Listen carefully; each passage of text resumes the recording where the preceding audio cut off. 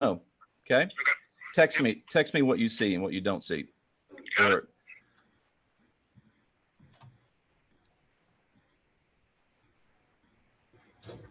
right, it's live. good. All right. Hey, look at us. We're here. We're live, Jason, after a few technical difficulties. We are now live for our day at the ballpark. Welcome, Jason. Thank you so much. This is very exciting. It's a nice break from being in the office, and now I get to be in the office and watch the game. Yeah, that's something, we don't get to do that very much. And especially, right now with what's going on with COVID-19, the only people at the ballpark today are the cutouts that you see.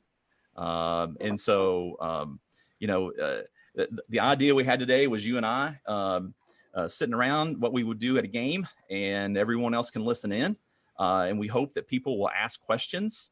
We have a few questions that have come in already before the event today, but we're hoping that throughout the game, people will have questions based on things they hear today, and that we try to make this as interactive as possible. So again, really glad that you decided to come on and do this today, and right in the middle of your workday. I know you've got a lot going on. Actually, I love it. I mean, the more questions, the better. So I definitely encourage anyone that's watching to shoot their question over, and this is your opportunity. And we're going to share a lot of information, and any information that we haven't been getting out there, happy to talk about. Well, I'll tell you what, one thing that we do not get to hear very often is when we're watching a broadcast or watching a game. There's a lot of talk about the players and not so much about the umpires. Right. And if it is about the umpires, there might be a controversial call or an ejection or something like that where they really get lots of attention, or something on replay. But we want to share a lot of love for the umpires today. I'm just going to go ahead and mention who they are. Of course, we're tuned in to the Miami Marlins and Atlanta Braves game. It's game 2. Atlanta won last night. Game 2 of the series. The crew is Mark Wegner is the crew chief. Dan Bellino is behind the plate today, and then he'll see who else we've got. We've got Mark's at first base. Bill Welke's at second base. Chris Guccione is at third. Stu Sherwater is in left field. Andy Fletcher is in right. So that's the crew today. So we've got Dan, Mark, Bill, Chris, Stu, and Andy, and all super guys and super umpires. You don't get this far in the playoffs without being good people and good umpires. Definitely all solid guys. It's gonna be good. Tell me a little bit about. I think you said there was one umpire that you went to that you umpired with. Well, actually, I umpired with Dan just for a little bit. It was in the Eastern League and the finals championships, really, at the end of the year. So, in the year, that being AA, I assume that was how many did you have on that crew? It was 4. You had 4 on the crew, 4. right? Yeah. So you moved up with it when you were doing AA. No, it was 4 in the championships. It was 3. It was 3 when I started. Yeah. Well, a little bit about Jason Klein. Jason has a long career. He's currently president of Force3 Pro Gear, and he's my contact there whenever we need to talk about anything. Jason and I spend a lot of time talking with each other. That's what his current profession is. But he also has an umpire career. Jason, fill us in a little bit on your umpire career. Yeah, I spent 10 years in the minor leagues. Did every level. Really wouldn't trade it for the world. It was a great experience. Met a lot of great people, and it really landed me to what I'm doing today. I started developing equipment my first year in AAA, and one product turned into 2 turned into 4 turned into 8, and it kept multiplying. And I had always had the idea of the mask in my head, but I couldn't really do anything on it until I got out of the game. It was a really intensive time to develop, but that took over 5 years to develop the mask, to give you an idea. And when we came out with it, I mean, it instantly shot us over into the player world too. And actually, Tyler Flowers, who was the first to wear it, I actually had him in AAA as well. So it's kind of neat.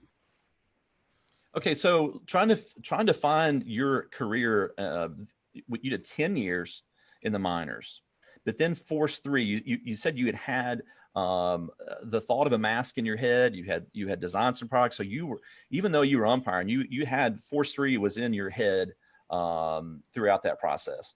How long after your career ended when that Force3 Defender mask version 1 launched? Well, Defender 1, we tried to launch it in 2015, and that was with David Ross was going to be the first to wear it when it was with Boston. He gave us some feedback that was invaluable to us that we took back to the drawing board. I mean, it set us back a year, but it's the best year that we have ever had of taking off, if that makes sense. Because of that feedback, we were able to have it the way it is today, and it's been virtually untouched since. I mean, we really nailed it. Well, you know what's so interesting about that mask is it's completely different. I mean, it's not your traditional mask, and it's also not a helmet. You know, when you tried to design, you know, some advanced protective processes into that mask with that double mask suspension system. And so when you said you had that thought in your head of a mask, that when you were working in the minors? I'll never forget it. I know exactly where I was, what happened, and what spurred me to really start thinking about, you know, why hasn't this changed? And I was in Durham, and I had gotten nailed. I mean, right in the chin. And I still remember it as it just happened. I had no idea if I still had my teeth. I had no idea if I was bleeding. And it's you know, those are two questions that I had to ask the catcher. And I'm like, this has got to change. And you know, for something that's been around for so long, and really the only advancements were, you know, the top bar and the chin extension and the ears. That's virtually it, and the different metals. So this was a unique approach to really redesign the mask, but also at the same time, you know, you have to stay with tradition, and you know, no one's gonna, you know, wear something that looks totally different. So we were able to, what I think looks, the mask looks incredible. It looks really cool, and it serves a function. So it's the same footprint, but it looks like a traditional mask, and like you said, there's nothing traditional about it, and that's the really unique part. So we were real lucky to have Tyler Flowers be the first to wear it officially. I couldn't ask for a better partner. He has done wonders for us. He's been amazing. So Tyler was he the first player to wear it, or the first person overall to wear it? Well, actually, believe it or not, Todd Tishner was the very first to wear it. He wore the V1 in St. Louis for a game. You know, I went out there, and we just got to talking. Darren Hyman actually helped with that and set it up, and he wore it. And you know, I've got a ton of pictures, and it's no one really knows that, but you know, Todd was really the first to do the V1. Oh wow! And then we had that year off. You know, actually that was the year off, but Todd wore it because I designed it as an umpire, so I didn't design it for a catcher. Right. So when a catcher put it on, they told me things that I didn't know. And so when we took that to the drawing board and have it in the version we do today, it really fulfilled both needs. Yeah, that's really neat. You know, I have known you for a long time, but there are some nuances about Force 3 that I don't know about. And I know that was my hope today, to be able to introduce you to our followers who did not know you, but those who do know you and know Force 3, to find out some things that you didn't know, and some how you started and things like that. And I know that we'll definitely get in, you know, into quite a bit of that today. And so, but you know, if you're just tuning in, we're at the Day at the Ballpark with Jason Klein and Jim Kirk, Jason of Force 3 Pro Gear president, myself, president of Umpire.com. We've been doing some Zoom calls for a while now. And it's been interesting. We've never done one before. And then this thing called COVID hit in 2020, and it's really changed things up. And it's, you know, there's been a lot of negatives, but there's also been some things that have come out of it, like this meeting today, where people can listen in to our discussion and learn about us without you and I having to travel, or anyone else having to travel. And so it's really neat. So speaking of COVID, let's just get into it. I know that's the relevant topic of the year. How has COVID affected Force 3? Oh, COVID actually, I mean, it's a challenge for everyone. I mean, I don't think there was one industry that was untouched. We took it as an opportunity to catch up to where we should have been before, but our demand has far exceeded our ability to fulfill. So in a sense, it was actually great timing for us, even though it's a terrible thing. The timing couldn't have been better for us. It's a terrible thing that happened.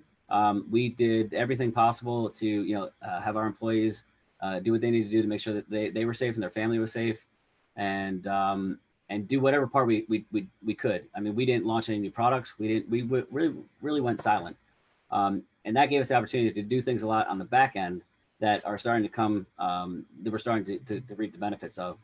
We're very lucky in the position that we're in. We have a new website coming out here shortly, thankfully. That was one of the initiatives we took. We also have a lot of other initiatives that won't be seen by a customer right off the bat or know they even happen, but we're positioned now to really grow. We're getting into softball. We're getting into lacrosse. We're getting into other sports, and this all happened while the shutdown occurred. Well, good for you guys. I know, it's been well documented, our discussions of things we've done here at umpire.com. We've talked about it on some of our Zoom calls. I've written about it, the things that we've done.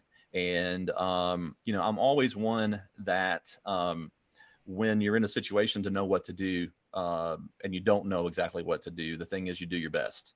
And I know for us this year, our goal has been, despite everything that's going on, is to do our best. And it sounds like Force3 is also living by that standard as well, doing your best.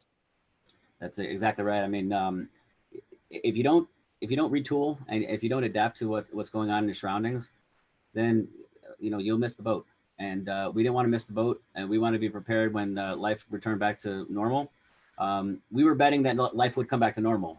It was a pretty easy bet, because if life didn't come back to normal at some point, then we wouldn't have to worry about money. We wouldn't have to worry about anything, because it would be a totally different world.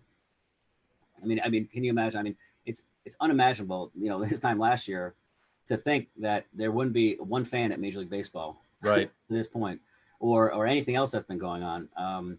So if this or there's going to be an expanded playoff. We're sitting here watching the game today with Miami and Atlanta, exactly. And got extra wild cards in. Even my Houston. Cincinnati Reds made it in this year. Yeah, it's been a long time coming. Yeah. So cutouts in the stands. Who knew that Globe Life Park would never have one fan in its first year, but host the World Series? Right. And not have the Rangers in it. So. Well, I tell you what, I knew also was a big surprise to me was just the complete sports shutdown. I mean, in the sporting goods industry, and that includes even things that we don't, that aren't related to what we do, whether it's soccer balls or golf balls or, it all shut down. High school started shutting down, college shut down, and then summer ball eventually kicked up. And then, of course, we're playing football now. But there was a good, 2 months there where it was a complete sports shutdown, and we've never seen the likes of that, in this country or anywhere. And so, yeah, if we had this conversation last year discussing, hey, what does 2020 look like? It would have had nothing. It would have looked nothing like this year. You would have, if you put $1 as a bet on what could possibly never happen, it happened. I mean, right. you look at that. It's not just one thing. You look at the minor league situation. Yes. You look at everything. It's just unimaginable that everything happened at the same time. It really got real for me when March Madness was canceled. Right. And when that happened, I was like, wow. Yes. Canceled March Madness. Wow. And then the next unimaginable thing was Little League World Series got canceled. And then the Olympics got canceled. And we were looking forward to the Olympics because we're the official gear for Team Israel. So our gear will be on Team Israel in Japan. I did not know that. Another thing we learned already today. There's probably a list of 10, 15, 20 things we're going to learn from Force3 today. So if you're just tuning in, keep listening in. We're multitasking here today. We're the day at the ballpark. I'm interviewing Jason Klein. It's not really an interview. It's more of a conversation. Jason Klein, president of Force3 Pro Gear. And we're watching the baseball game. I've got TV off to my right here with Miami and Atlanta playing their second game. Atlanta won last night. And nothing too much has happened so far. I mentioned in the graphic that we did, in our marketing was to, mute the broadcasters, right, and listen to us instead. And so someone asked me, "Are you all gonna do play-by-play of the game?" And my answer was, "Well, knowing Jason and I, we're probably going to talk more about business and gear and things like that." But we will definitely, talk about the game. We've already mentioned who the umpires are today. If you're watching, I know when I tune in to watch a baseball game, the first thing I do is, try to figure out who the umpires are. And so if you're just tuning in to the Marlins Braves game, Dan Bellino is behind the plate. And then we've got, this is Mark Wegner's crew. He's the crew chief. He's on first base. And I'm trying to go from, I've already read off that, all of that. See if I get from memory. Bill Welke's on second. Chris Guccione is on third. Andy Fletcher is in right. See, I'm kind of missed a few. Stu Sherwater is in left.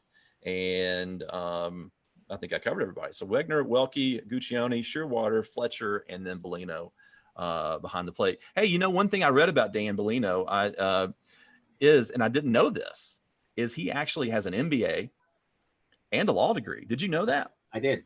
You did know that? I wow. Did. Very smart guy. Very smart. Yep. Very smart guy. He is he's from Illinois. He's I think I read he had his four kids and family there and just a lot of education. And that's what you see a lot these days. I know when I show up to umpire school, I notice a lot of you know, people who've already graduated from college. And you know, was that different at all when you were starting out?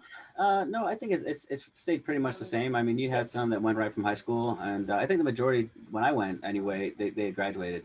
But I will say about Dan, I know I felt really bad for any manager or anyone that argued with him, because they would never win, and they had no idea doubt. what they were up against. None. Don't even try, right? So here's a little bit on Dan Bellino. We've got a commercial break, so we'll talk a little about Dan right now. Dan was a catcher at Loyola Academy in Wilmette, Illinois. He went to Northern Illinois University and the NIU College of Business. And talk about him being smart. He was selected and attended a semester at Oxford University. He's brilliant. How about that? You know, that's something you see every day. So umpire who went to Oxford. So that's about it. He's very unassuming, but he is incredibly right. Yeah, smart. absolutely. Very unassuming. And that's why I know I wanted to throw some nuggets of information. I know, you know, several umpires well. I know some somewhat, and some that I know just on more of an acquaintance basis. And but I wanted to research a little bit today and have some information to share to people who are tuning in the game. And that is something I did not know. And so if you're tuning in and watching that and hearing that for the first time, then you're with me there. So really impressive there. And then also his first major league game was at Wrigley Field. So cool. How about that? I do know that he was a great resource for us with the union. I mean, my first year I had a real contract. The second year was when we started the union. And I know that when he was in it, he was incredibly resourceful when it came to union things, contracts, everything.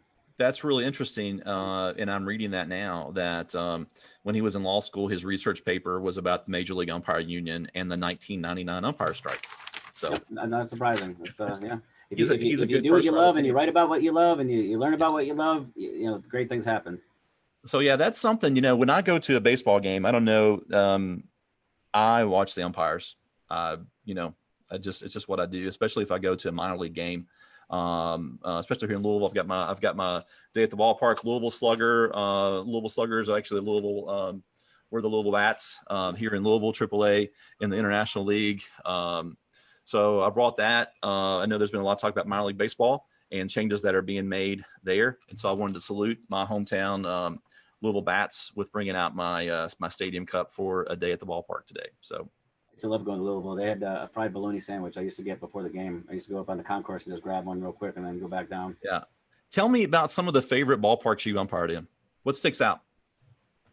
I mean, Durham is a favorite just because of, you know, its history. I think cities more than ballparks, you know, are things that stick out. The thing is, you know, minor leagues, they're no longer like the minor leagues. I mean, most of the cities and ballparks are great. But, you know, my first year, you know, places like Utica or Oneonta, not so fun, or Hagerstown, you know, I think you remember the ones you don't like versus the ones that you do like. Interesting. But you know, there's some place you go to and every day is sold out. And it's fun, you know, it's fun to work in front of a big crowd and that's really all you can ask for. Well, again, if anyone's just joining in with us, we're at the Day of the Ballpark with Jason Klein, Force3 Pro Gear president. And if you didn't know it, Jason's got a 10-year career working in the minor leagues. And we're talking everything from today's baseball game between the Braves and the Marlins to his career to Force3 Pro Gear. Just again, Jason, so grateful that you got on the call today. It's easy. This is an easy one for me because you and I are already friends, and we talk a lot. And so I appreciate your friendship and your relationship with Force3 there. We're so happy that that Force3 does what it does and you do what you do. And so how about let's go to a question. Sure. This is my question that I wanted to ask today more than anything was, tell us about the evolution of the name Force3 or just the origin of it, I guess is a better word. How did that name come about? I love that name. So I'm curious whose idea was it? You take full credit for that? Was that someone else? I'm all ears. It really it came out of a necessity to change the name. When I first developed the equipment, it was all done under the Umpire School branding.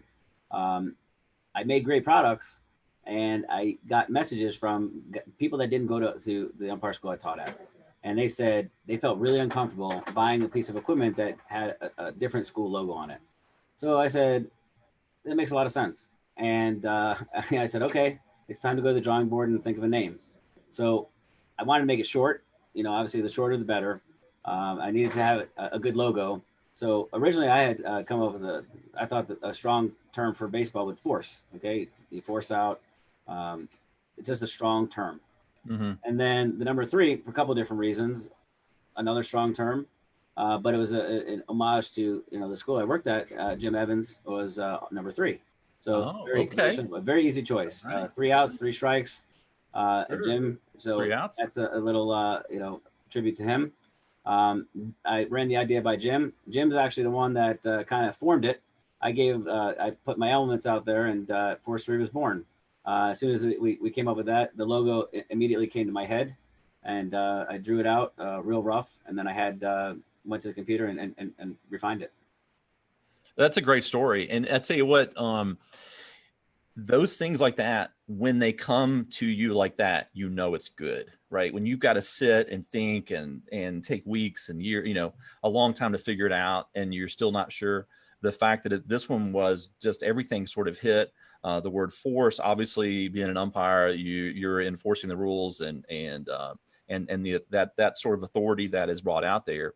And then the number 3, I knew the 3 from the standpoint of strikes and outs and all that, but it didn't register with me that the number 3 with Jim Evans. Of course, you would it be safe to say you were ran the school, you ran Jim Evans Umpire Academy for a number of years, and your relationship with Jim, and obviously that being an homage to him. He's as I know at one point he was a co-founder, part owner, still is, I assume. Yeah. Mm-hmm. All that stuff. So I think that's a great story to know where the word Force3 comes from. And then also, it took me a while after we worked with you guys, when we started working with you and buying Force3 products to resell at umpire.com, to see really that nuance of that F and 3 in that logo. So if anybody's watching and kind of, look in at Jason's shirt there, an embroidered shirt, you see how the 3 and the F, combine there together. So hey, great job with that. That's, pretty simple. I'm almost jealous. I almost like it better than our name. So actually, I'll take it back now to one of the things we did work on during the shutdown. We worked with a pretty large ad agency who are really positioning us to get out there a lot more. One of the biggest things that we had going was no one knew about us.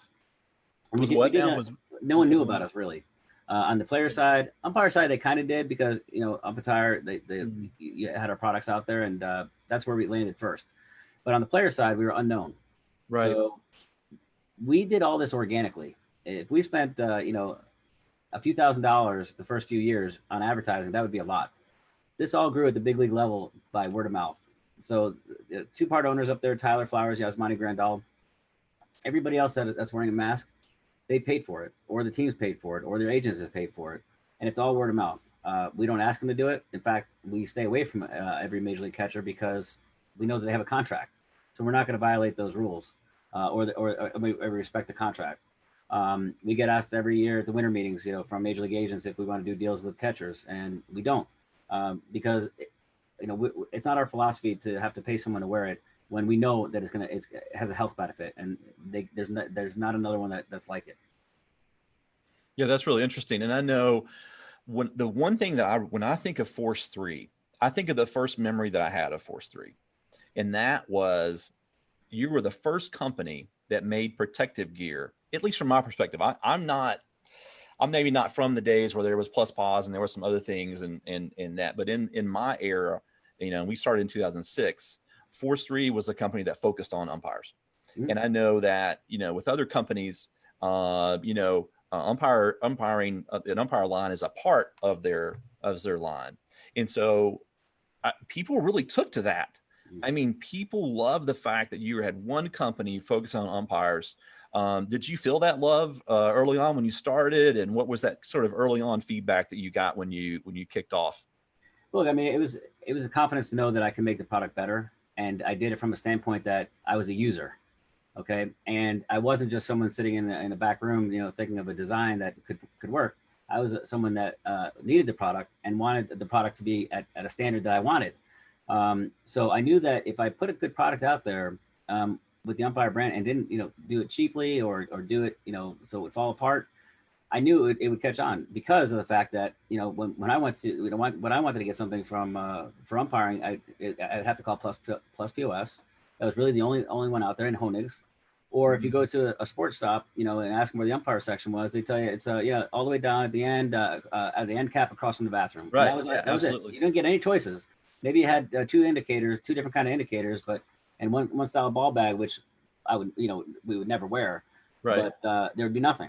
So I saw a huge opportunity, even though it's a really small market in the scheme of things. It's underserved, and my passion is umpiring. I love developing these products. You know, when I went to school, I never thought I'd be in product development or, you know, dealing with manufacturers or any kind of process like that. I went to school for sport management. Worked for, you know, the Indians out in Cleveland, ESPN during college, and I saw a path there. But, you know, I was drawn to umpiring. I went to umpire school, did it 10 years. And then just out of happenstance, AAA, I started developing these products. So that's how it happened. Actually, AA is actually when I started getting it. But AAA is when they first started selling them. Well, you know, it's been amazing, you know, what you've done with it on the umpire side. But I recall some of our early conversations, you know, especially 2-3 years ago, where I think you and I ran into each other in Orlando at the minor league meetings. You remember that was a great the minor league baseball winter meetings was in Orlando. I want to say that was in maybe 2016 or 17, and you were filling me in on everything that was going on the catcher side. And one thing I do remember, you said it earlier, you were adamant from the beginning that you don't go after contracts. If a catcher likes a Force 3 product and thinks that is going to work for them, and they've got their reasons, whether they've had a concussion or something that they want to try the Force 3 product, you don't go out and get contracts for that. And I remember that at that meeting, but I was so impressed with the growth that you were having in the catcher's market. And I was excited for you. I didn't look at it as, oh, well, that means you're going to focus less on umpires. And, you know, I felt like you all were doing what you needed to be doing in the umpire market, but you wanted to take that to the next level with working with catchers. And now I'm hearing about lacrosse. And so tell me a little bit about the catcher's market. I think the umpires still would be very curious to know what, you know, how that's working for you, where your growth is, you know, what catchers are, what major league, if you can mention what major league catchers are wearing Force 3, minor leagues, teams. I know there's some conferences out there at the college level and minor league level that are maybe requiring Force 3 products. Can you maybe fill us in a little bit on that? Yeah, I mean, it's back when we talked, I thought I had a lot going on when we talked. But if you were to get inside my head right now, you want to go back to those days, right? I wish that I only had that to deal with. Right. Yeah. But to your point, we don't talk to major league players very often. Only the ones that we're allowed to, which is Tyler and Yaz. The other ones, it's very touchy. When we go to spring training, teams ask us to come in so they can show that the teams want their catchers to wear our mask. We actually have a couple teams, and it's actually the highlight that just played right there. I don't know who was catching, but he was wearing our mask. I have no idea how he got it or, you know, what, but, you know, that's kind of the fun part of it. At first, I used to know exactly who wore it because I would watch every game. Yesterday, I saw a highlight of the Dodgers game, and I had no clue that that Dodgers catcher was wearing our mask. So these things, they're popping up. When the season first started, I actually had people calling me and saying, "Hey, like every catcher is wearing your mask," and so it's been awesome. So does that happen though? I mean, that happens. Actually, whoever's catching this in this, both of these catchers in this game are wearing our mask. Both of the catchers in the game are wearing your mask. Yeah. Oh, yeah. Mm-hmm. Yep. So this is not. So we're watching the catcher. We're watching, and I don't know who that is. I wish I was smart enough to know exactly who's Chad catching Wallach. today. And that makes sense because I remember the Marlins buying it for him. Who is it? Chad Wallach. Okay. Yep. So he has that, and that's not someone that you've officially worked with. He's just never met the man. To be honest with you, I had no idea who he was, and that's something. And it's just that I know that the Marlins bought it. So I remember seeing the email saying it was for him. But again, we will not send it out for free, and they pay for it. That's really fascinating. I'm sure a lot of people who are listening, would assume that anytime you see a Force3 mask on an umpire at any level, at a pro level, or at maybe D1 or any players, the assumption might be that Force3 worked out a deal with them and sent them the mask for free. And you're saying when that happens, that does not happen. No, I mean, I was talking about spring training. The teams bring us in, and we always go and see the equipment managers. We always see them at the winter meetings. They have a special event just for vendors that they invite us to. So we go to that, but we always make the rounds, and we go say, check in with them, let them know what we have, and make sure they know if they need anything to call us, and we leave our information. And we've had equipment managers say, look, we don't buy equipment for major league players. We just don't, because we don't have to, and we're not going to do it. We said, okay, no problem. I just wanted to make you aware this is who we are, and if you ever need anything, just give us a call. Well, halfway during the season, a player gets traded, and then they go to a team where the equipment manager says they don't buy equipment, and the player says, I want Force3, and then they have to call us up and say, yeah, we need to buy one. So it's we're very strict with not interfering with anyone's contract, or even even thinking about it. And like I was saying, in spring training, when they bring us in, the trainers are there, athletic trainers are there, pleading with their catchers to wear it, and catchers are asking us questions and basically saying, well, what about my endorsement deal? And I said, I'm not here to talk to you. I'm here to because your team asked me to, and the endorsement contract with you and your provider, it's up to you. But I'm not trying to make you wear the mask. Your team is, and so that's pretty much how it goes. Well, we want to thank everyone who's tuning in today. We've got about 20 people on the call, and we're glad that you're here today on the call. We know it's an odd time right in the middle of the day. We know that some of you may not be able to tune in and have a day at the ballpark with us. But could you imagine? We just had our first run of the game. Looks like Dansby Swanson, old Vanderbilt grad, just hit a solo home run. So we finally have some action in the game. This isn't going to be, looks like at least not going to be a no-hitter on the Marlins side. So we appreciate you guys tuning in. But imagine if we had you and I went to the ball game, we brought 19 of our closest friends along with us, right? So that's how we're looking at that there. So that's really great. There's a few people that are on the call today. Let's just see. I had that pulled up and then it came off. Technology. So Greg Wilson chimed in. Greg Wilson, Wounded Warrior Umpire Academy president. Hello, Greg. Thanks for tuning in. It looks like he's mentioned that Darnod is catching for Atlanta, and I hope I said that correctly. And Wallach, as we mentioned, is catching for Miami. Michael Guthrow is watching. I hope I said that name correctly. Edward Fannin says hi from England. Yeah, it's an international day at the ballpark. Michael Hogg says hello. Jamie Perez says that he bought his first F3 equipment at the Jim Evans Clinic in San Diego. Very nice. And so that was really nice. And Eric Goldsmith's on the call. I knew he'd be on the call today. Hello, Eric. How are you doing today? Liam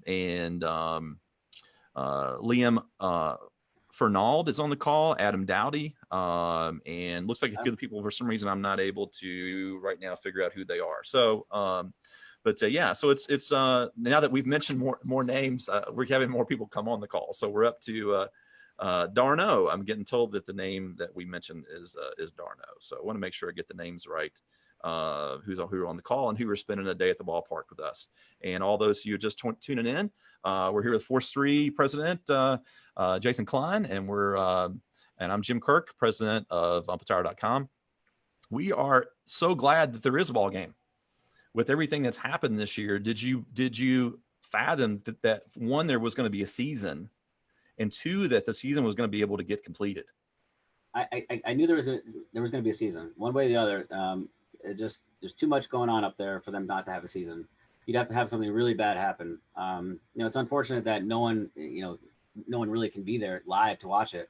But I knew there'd be a season. I'm surprised at how short of a season it is, but that's another story. Well, and I tell you what, it's definitely going to go down as a year that's different than this year, and I'm glad that we're having that, and that we're still going through with it. And I think definitely baseball brings a sense of normalcy back. I think the fact that we're watching the baseball playoffs, that we're watching college football, that we're watching NFL football, the NBA finals are going on right now, and I think that says a lot for the mental health of all of us. Right. And so I know it's been a difficult year for a lot of people. And the fact that we have, I think there's 4 baseball games today. And so it's a great day for baseball. And so we're happy to be here. We're 1-0 Atlanta versus Miami. And we've already mentioned who the umpires are for today. We'll give another shout out. Home plate umpire Dan Bellino, who we have found out that is an MBA and a law degree. So coaches out there, listen closely. Do not argue with Dan Bellino. He will win every time. So and embarrass you. And Mark Wegner is on first base. He's the crew chief, so he'll be umpiring tomorrow's game as those rotations occur that way. Bill Welke's on second base. Chris Guccione is on third. Andy Fletcher and Stu Sherwater are in right and left respectively. And I finally memorized all those after getting the notes right. So we talked about Dan a little bit. Let's talk about Mark Wegner a little bit. I'm just going to share a little bit of details on him, if that's okay. This is just something that, since we're doing the broadcast and everyone has muted their broadcasters today, so you don't have to listen to those guys, right? Listen to us and we'll fill you in from an umpire perspective on what's going on today. Not a lot's happened, but one thing about Mark Wegner is he started in the National League in 1998. He was the crew chief for starting the 2018 MLB season when Dale Scott retired after the 2017 season. He's got a ton of division series. I'm going to count 1, 2, 3, 4, 5, 6, 11 division series, 5 league championship series, 2 World Baseball Classics. He's got did an All-Star game, and then looks like we've got 2 World Series. So 2013 and 2017 for Mark Wegner.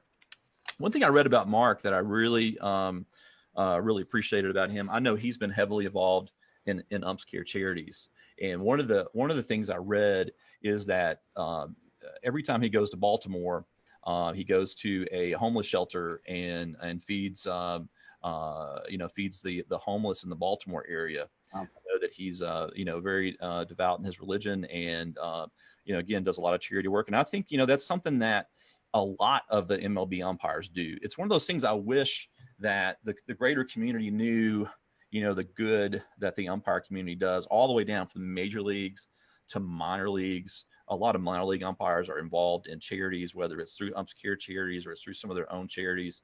A lot of college umpires, clinics are always trying to do a charity component. And you just really appreciate that a lot about the umpire community. Force3 has always been very supportive of the Wounded Warrior Umpire Academy. You donate every year to the Wounded Warriors. And Jason, that is appreciated, I know, from the Wounded Warriors. We've been a long time sponsor, and you've been a long time supporter of that. So that's appreciated. So you notice that too, right? You see on your side, has it always been that way where there's been where umpires in the community gave back, or is it, do you just hear more of it now, or are people actually doing more? I think that, I think umpires are great people, and I didn't know that about Mark, and it doesn't surprise me. He's an amazing guy, great family guy, just a stand-up guy.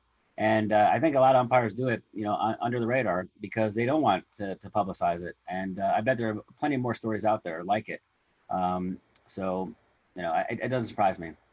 Well, that's great, and we'll scatter a little information in about the umpires as we go along today. We've already spent time talking about Dan Bellino and Mark Wegner, and we're going back and forth. We just had a commercial break. Not much going on with the Braves game and Rojas hit a Marlins home game. run, so it's tied now. What's that? Rojas hit a home run for Miami, so it's tied up now. Okay. Well, I'm only seeing 1-0 on my screen, so I don't know if you're on maybe the delay or you've got the ESP version of ESPN. Oh boy. Sorry. on there. So, but yeah, it's really neat. We're watching the game today, and we're noticing that both Atlanta and Miami catchers are wearing Force 3 masks, defender masks. And we've got several people on the call today. We want to thank everyone who's on the call. Ray Brownlee is watching. We've got John Coons is on the call. Welcome, John. Joel Hawthorne on the call. Edward Fannin, we already mentioned you. He's from Great Britain. John Pfeiffer is watching. We really appreciate all of you all tuning in. Lee Wilson, Brian Blackman, Chris Hickman, Golden Rasco. Hey, that's a great umpire name right there, right? Yeah. That's I love that. So Brad Steinman is on the call. Paul McCormick, Richard Collins. So we've got a lot of people on the call today, Jason, and they're taking time out. Behind the Plate Sports, Todd Marler. Welcome, Todd. Ramonte Dishman. Zach Klinger. Zach Klinger said he's looking forward to trying his new Force 3 V2 mask that he bought from umpire.com. So awesome. So big thumbs up to you. Cheers to you, Zach, for that. We'll take our drink here out of our day at the ball. You are eating popcorn. I got my popcorn. When did you get popcorn? Why didn't you offer me any pop? Hold on a second. You did bring me popcorn. Look at this. There you go. Thanks for bringing me popcorn, man.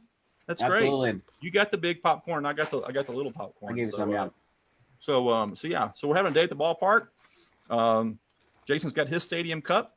My stadium cup is Louisville Slugger Field, Louisville Bats, our local team, minor league baseball. What's your cup, Jason? Mine's a Cactus League spring training cup. It's nice. Padres and Mariners. So. Nice. Yeah. Yeah. So spring training this year, did you get to do any? I guess spring training happened before COVID happened, so you got to spend some time at spring training. What does that regimen usually look like for you?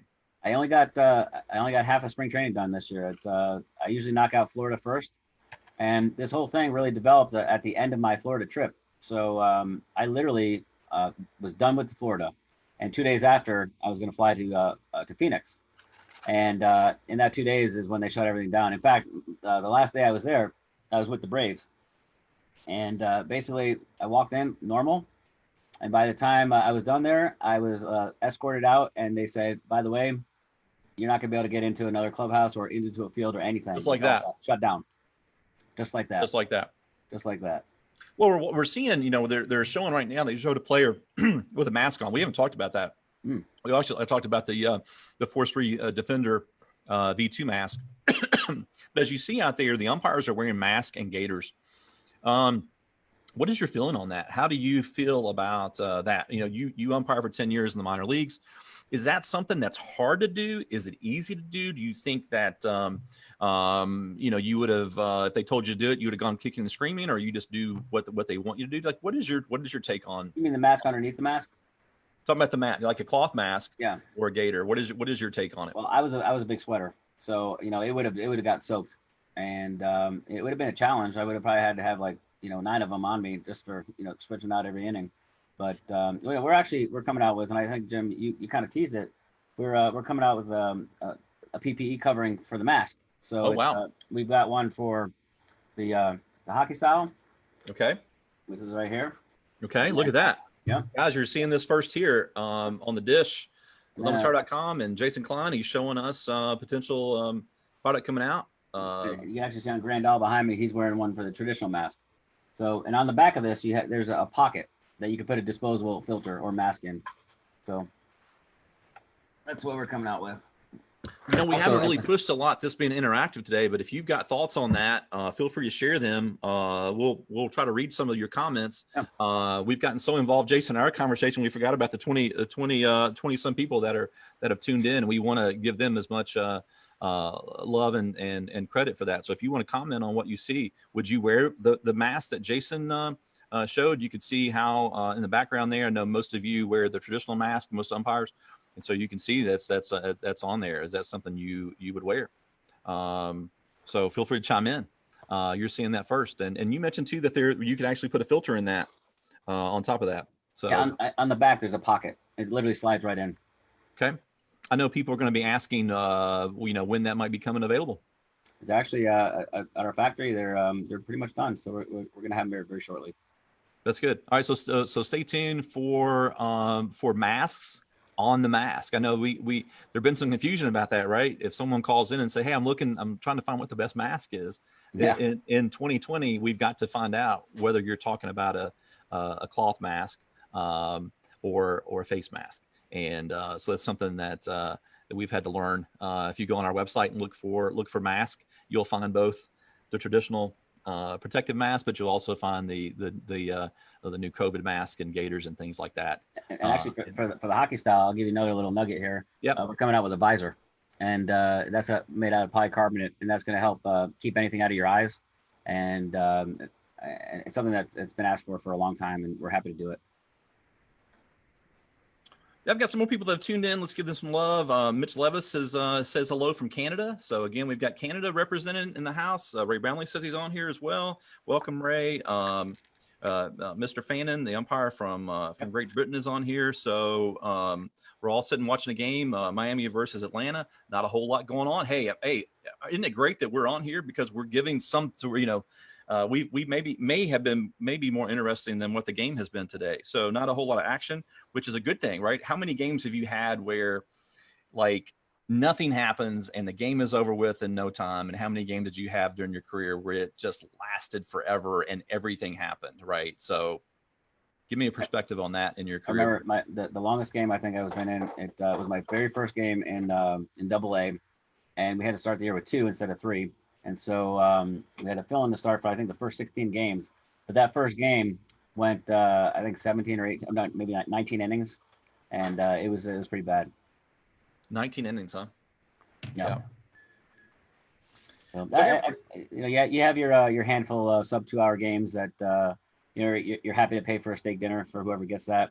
And it is what it is. You know what we were talking about? You've got your the new mask that's going to cover your mask and helmet coming up. One of my favorite Force 3 products is associated with one of my favorite people, and that's the dry low bag, and Absolutely. That's our friend Mark Lolo. I wish we had thought to invite Mark on here today. Maybe we'll save that for next time.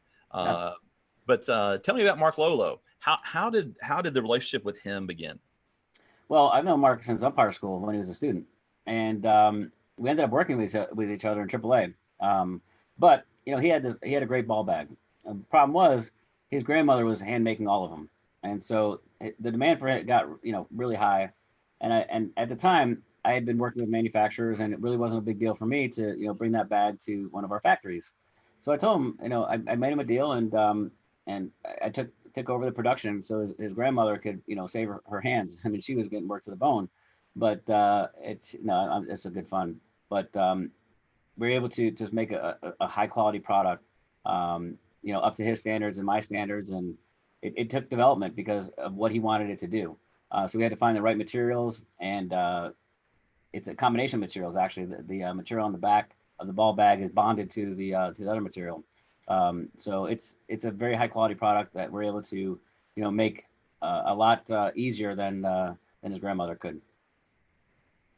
Yeah, Mark's a great guy, and if you don't know him, just take our word for it. He's one of my favorite people. I know, through our relationship with Minor League Baseball Umpire Training Academy, Mark was, an instructor for a couple of years there, and I got to know him really well there. And I don't know if did he instruct at Jim Evans at a time too. Yeah, that's right.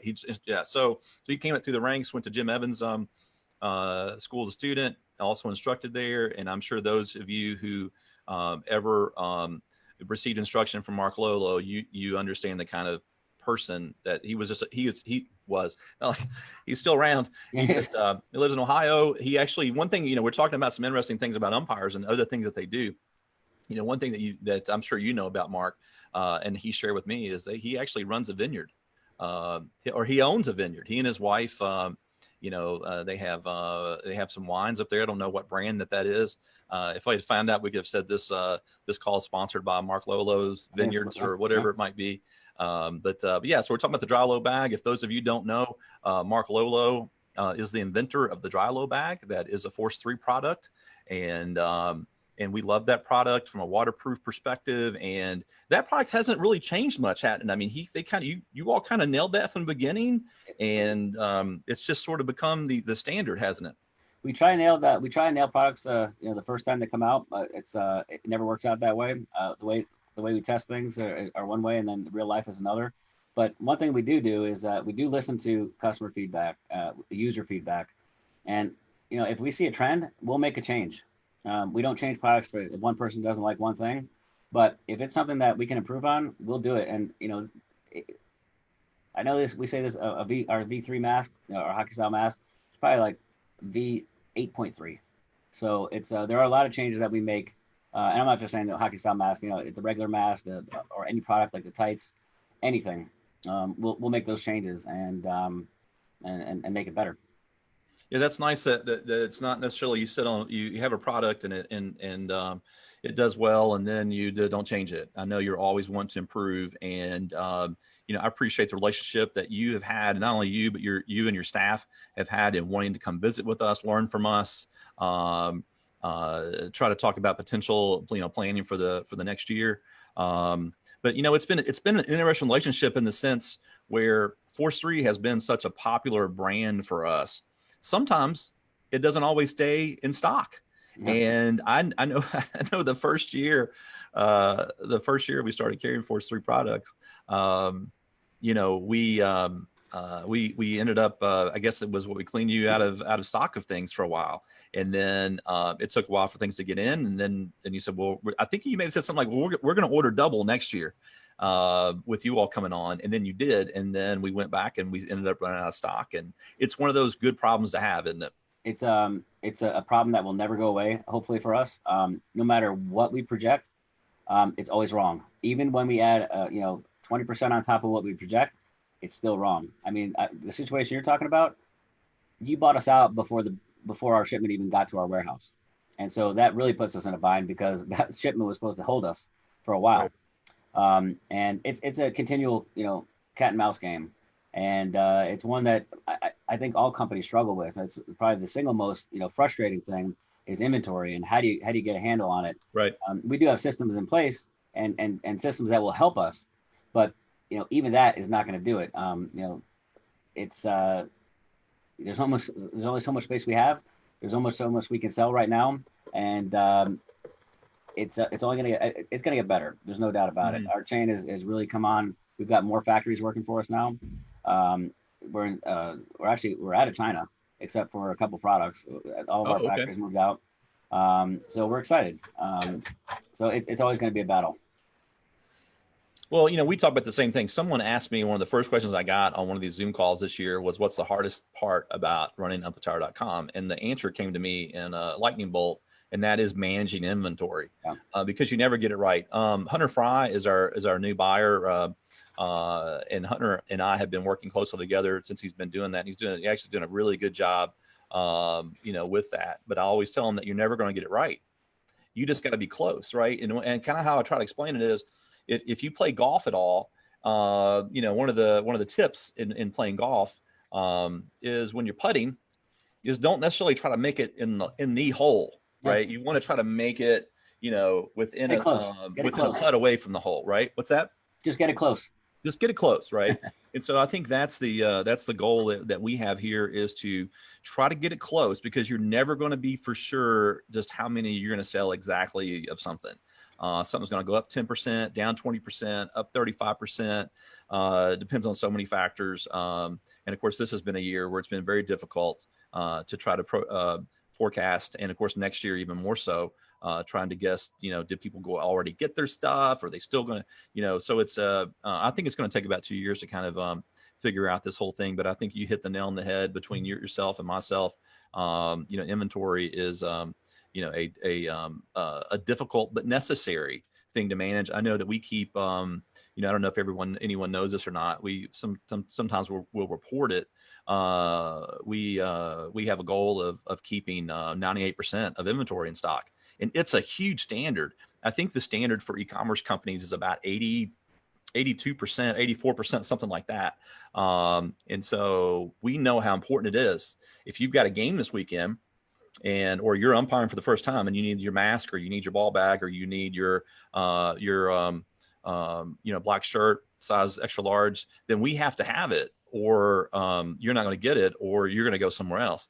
And so we take that very seriously, and we always run, we don't, 98's a hard standard, but we're always in the mid plus 90s on inventory. I think the last I looked was maybe 95.4. And we report that on a daily basis because it's so important. So it's interesting. I mean, my goal, the 98 is unbelievable. But when I first started, my goal was 100% because right.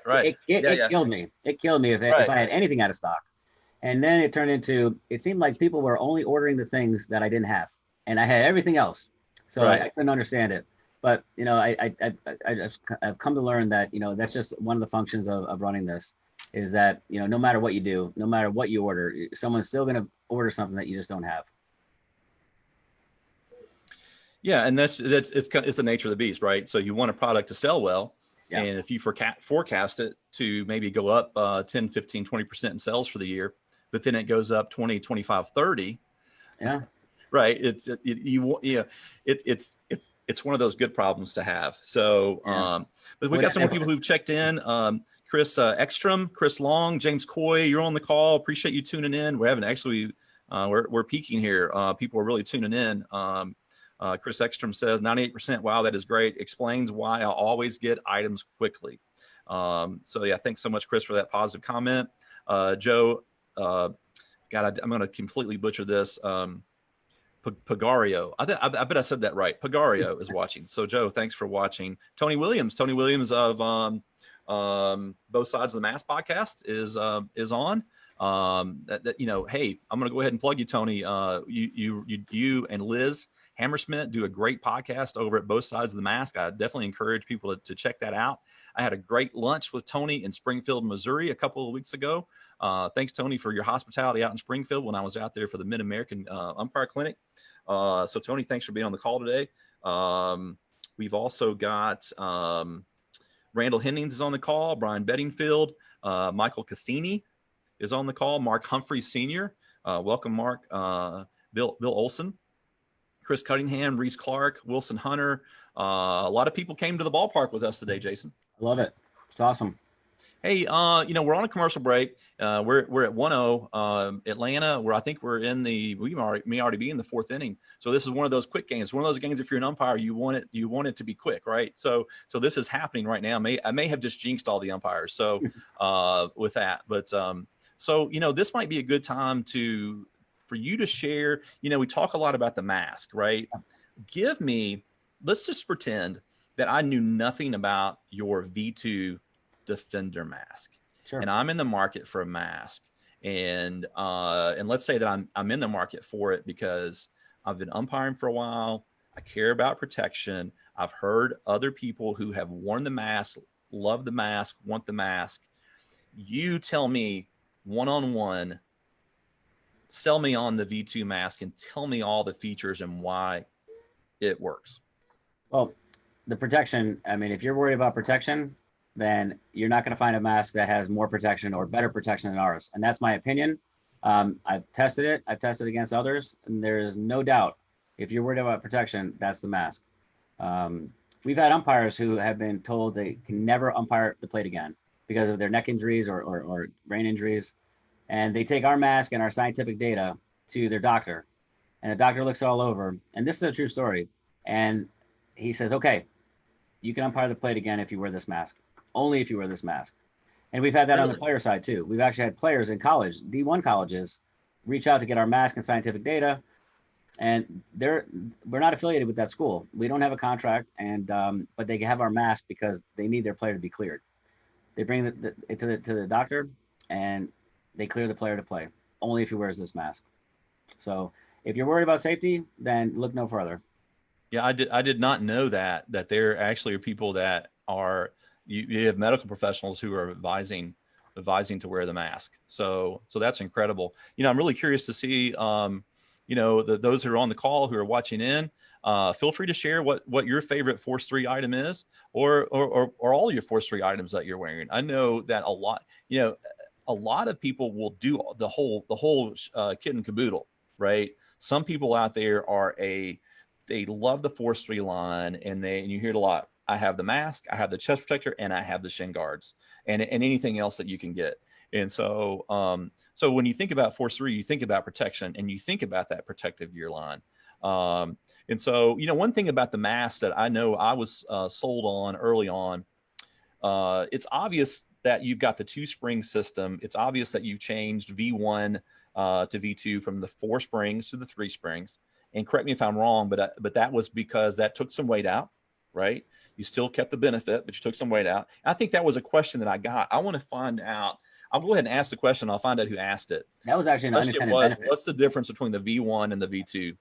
Yeah, it's exactly right. I mean, the 4 spring to 3 spring, and it was actually just an unintended benefit of meeting David Ross and him having given us his feedback on why it wouldn't work for a catcher. And the springs, you know, he said were on the sides. He kind of caught, you know, a spring if he was looking down third base, and it kind of spooked him. And here I am as an umpire. I'm like, that's impossible because you got to keep your head straight, just like an umpire would.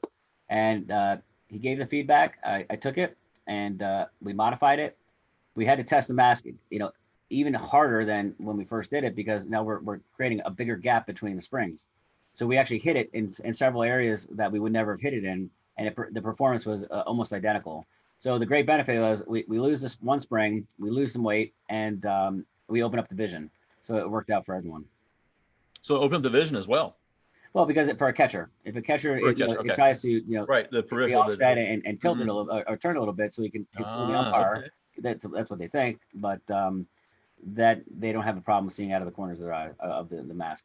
Well, the one thing that I think your design is so different that you focus on that difference of that 2-cage suspension system, but you also don't just do a regular pad, right, that mask. I'd like for you to fill me in as if I never knew anything of all the nuances and layers and materials of why that pad is so involved and so technical. It's a whole system. So the top mask, the whole performance of the mask, it needs a portion of each part to really function right. So if you remove our pads, you're basically becoming a test pilot. And if those pads don't give the right amount of support to the top cage and let it move upon impact, then you're just wearing a regular mask. So that mask has to support the top mask. The pads have to support the top mask so that ball hits it and there's no lag. It hits it and it starts moving. Now the springs take the energy, or a good amount of it. If those pads just collapse and the springs don't move, all the energy goes right to the head. So it's probably a combination of some resistance and some non-resistance, where if you don't wear our pads, then more energy is going to go to your head than not. And I'll give you an example. Francisco Cervelli, who just retired, he wore our mask for a while. He didn't like the weight, but when he wore it and he got hit, he never got a concussion. He did get a concussion one time wearing our mask. However, he took the pads out and put another company's pads in. Oh. When we found out and we saw that, we let them know, hey, because he's not our player and we didn't sell it, you know, we didn't give it to him. The team bought it. Sure. When we saw it, when we looked at the tape and we saw the other company's pads in, we said, this is your problem. Wow. And they removed those pads, put our pads back in, and you didn't have a problem with it. So, you know, that's really interesting that you brought that up, because you see that question a lot. We get that question a lot. I see that question in forums is, can you use other pads for the Force 3 mask? And the answer is no. Yeah, right. Yeah, one thing is, you know, most pads that at least the ones that we resell and provide as replacement padding is it doesn't fit. You know, the way that your mask is set up, it's a different It's a different design. It's a different architecture. Really the A Velcro. regular pair of barrel pads is not going to fit in there the right way. Right. And so I know some people do prefer some other brands of pads out there. I know Team Wendy is a popular pad, and so people, hey, can I put the Team Wendy in there? And you're saying that, look, our pads, there's no need to replace it. You've got Kevlar in your pads, right? Don't you have Kevlar in there? You've got I'll give you the breakdown of what our pads are made out of. Yeah, we actually have a material in there that's very similar to Team Wendy. Great pads. I can't say anything about them. They do their thing. We do ours. But there is some material that is like what's inside of those pads. That's at the very, very surface, the one that touches your chin. Behind that, you've got a closed cell foam, which is great for force absorption, and it also is not going to absorb sweat. So you're not going to have to worry about a quick deterioration of the foams. And then on top of the layer that's closest to your chin, we have the layer that's closest to the mask is Kevlar. So we line the entire thing with Kevlar, top pad and bottom pad. We do. So if you cut that in half, you're going to see Kevlar is going to be your top layer there, closest. Yeah, you slice to that the pad frame. right on the front of it and open it up. The first thing you'll see is yellow, which is the Kevlar. Mm-hmm. And we do that with all of our equipment. Chest protectors, umpire chest protector, catcher chest protector. The whole front of it is Kevlar. Even our catcher shin guards and our umpire shin guards have Kevlar. So Kevlar throughout. So you're the only company out there that's providing that Kevlar. And tell us a little bit about those who don't know what the major benefit of Kevlar is. Yeah, so Kevlar, I mean, it's if you just take a piece of plastic, okay, and you hit it, okay, about 80% of the impact goes through the plastic and 20% is spread out laterally. So Kevlar has basically the opposite effect. When you hit Kevlar, 80% is spread laterally and 20% goes through. And so that's why it's a really effective material for force absorption. It's part of the system that we have to really take care of any kind of injury. So yeah, so those who are tuning in, we got a commercial break on the Miami-Atlanta game. Not a whole lot going on there. We got a lot going on here with our talk with Jason Klein. We're in here with a day at the ballpark with Jason. Jason's got popcorn. I've got popcorn. We've got our stadium cups. I don't know what you've got in yours. I've got I think I've got Dr. Pepper in here.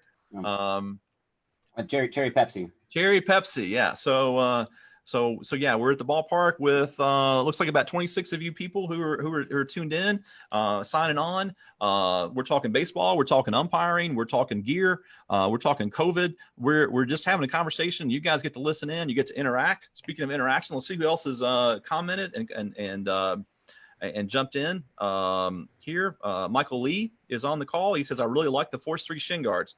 So great, Michael. Stan Wilkerson is here. Ken Fitz, hello, Ken. Good to see you. I've known Ken for a long time. Really, really super good guy and college umpire out of Georgia. And he knows his gear stuff, no doubt. If you need to know anything about gear and you want to ask a fellow umpire, Ken Fitz is highly recommended. Benjamin Raymond is on the call.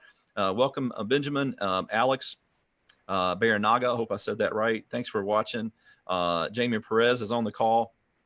And we've also got Dan Tover, Randy Jensen, Patrick. I'm not going to be able to say this one. Gialambardo. I think I may have hit that one right. Michael Duchette. Thanks for tuning in, Michael. Randall Hennings. He says that he wears the chest protector and the shin guards. Says he loves both there. And so thanks so much for sharing that information. Dominic Machado is on. Stephen Gaither. Thanks, Stephen. Lance Reese. Man, we got a lot on the call here. Richard Collins. And so here's a question. I'll go ahead and ask this. Richard has asked a question. So we'll get this in here. What's the largest hat size that would be able to comfortably wear the hockey style mask? He says, I have a big head. It's a good question. As a manufacturer, I'll say that, I have to say it's about 7.5. Okay. It's rated for a little less than that. I should just say, we say that the adult really it goes up to 7.5. But I will tell you, you can go bigger. I mean, you can put a bigger head in there. Tyler Flowers has, I think, a size 8. Oh wow! And so it's always a challenge with. I know that the Braves have a challenge in getting the skull cap. But what we do on the inside of our hockey style mask are the different layers of foams. This foam, the first layer that touches the skin, it really can collapse. It's really like a pillow. So you can get a bigger head in there, but what you'll run into is that the back plate will just keep going out farther and farther. So there'll be a big gap. For an umpire, not so much of a big problem, but a catcher would be. Yeah, that's a really good point. And we deal with that from the service side when someone wants to wear a hockey style helmet and they have a head greater than 7 1/8. And I think there might be a brand out there that is registers at 7 5/8. And they may say, I have a bigger head than that. Will this fit? And I think as a manufacturer, you are hedged in to have specific sizes, right? You're not going to say that it fits an 8 if maybe it doesn't fit every 8. And I think that's where that comes in. And so our service department has been, we've got a great service department here at umpire.com. And when we get that question, we always encourage people to buy the helmet, to try it out, to, actually, I know, one of the benefits of us is we have free returns, which means we pay for the return. If you want to buy a Force3 helmet, no matter what version it is, then you get that in and you feel that you want to see whether it fits or it's comfortable, whether it's within the size range or it's out. You certainly can try that out at home. And if it doesn't work, you can send it back. But we have found it just depends. I mean, you think about all the different head shapes. It's not just the size per se. Someone with a 7 3/4 head, you may fit fine in the Force3 helmet, and you may not. So Jason and Force3 and other companies are going to only be able to mention specifically the range, and of course we list that range on our website with all the product information. But you're not going to know exactly for sure if you've got a head bigger than that. I hope I'm answering your question. I think I am. You're just going to try it out. It may fit. But the manufacturers aren't going to be able to recommend anything that's not going to fit. It's going to fit every 7 1/2 inch head. But I will give you a little tip. If it's with our mask, you do something a little differently to it. Sometimes people that wear glasses have a hard time with hockey style masks because they're too narrow.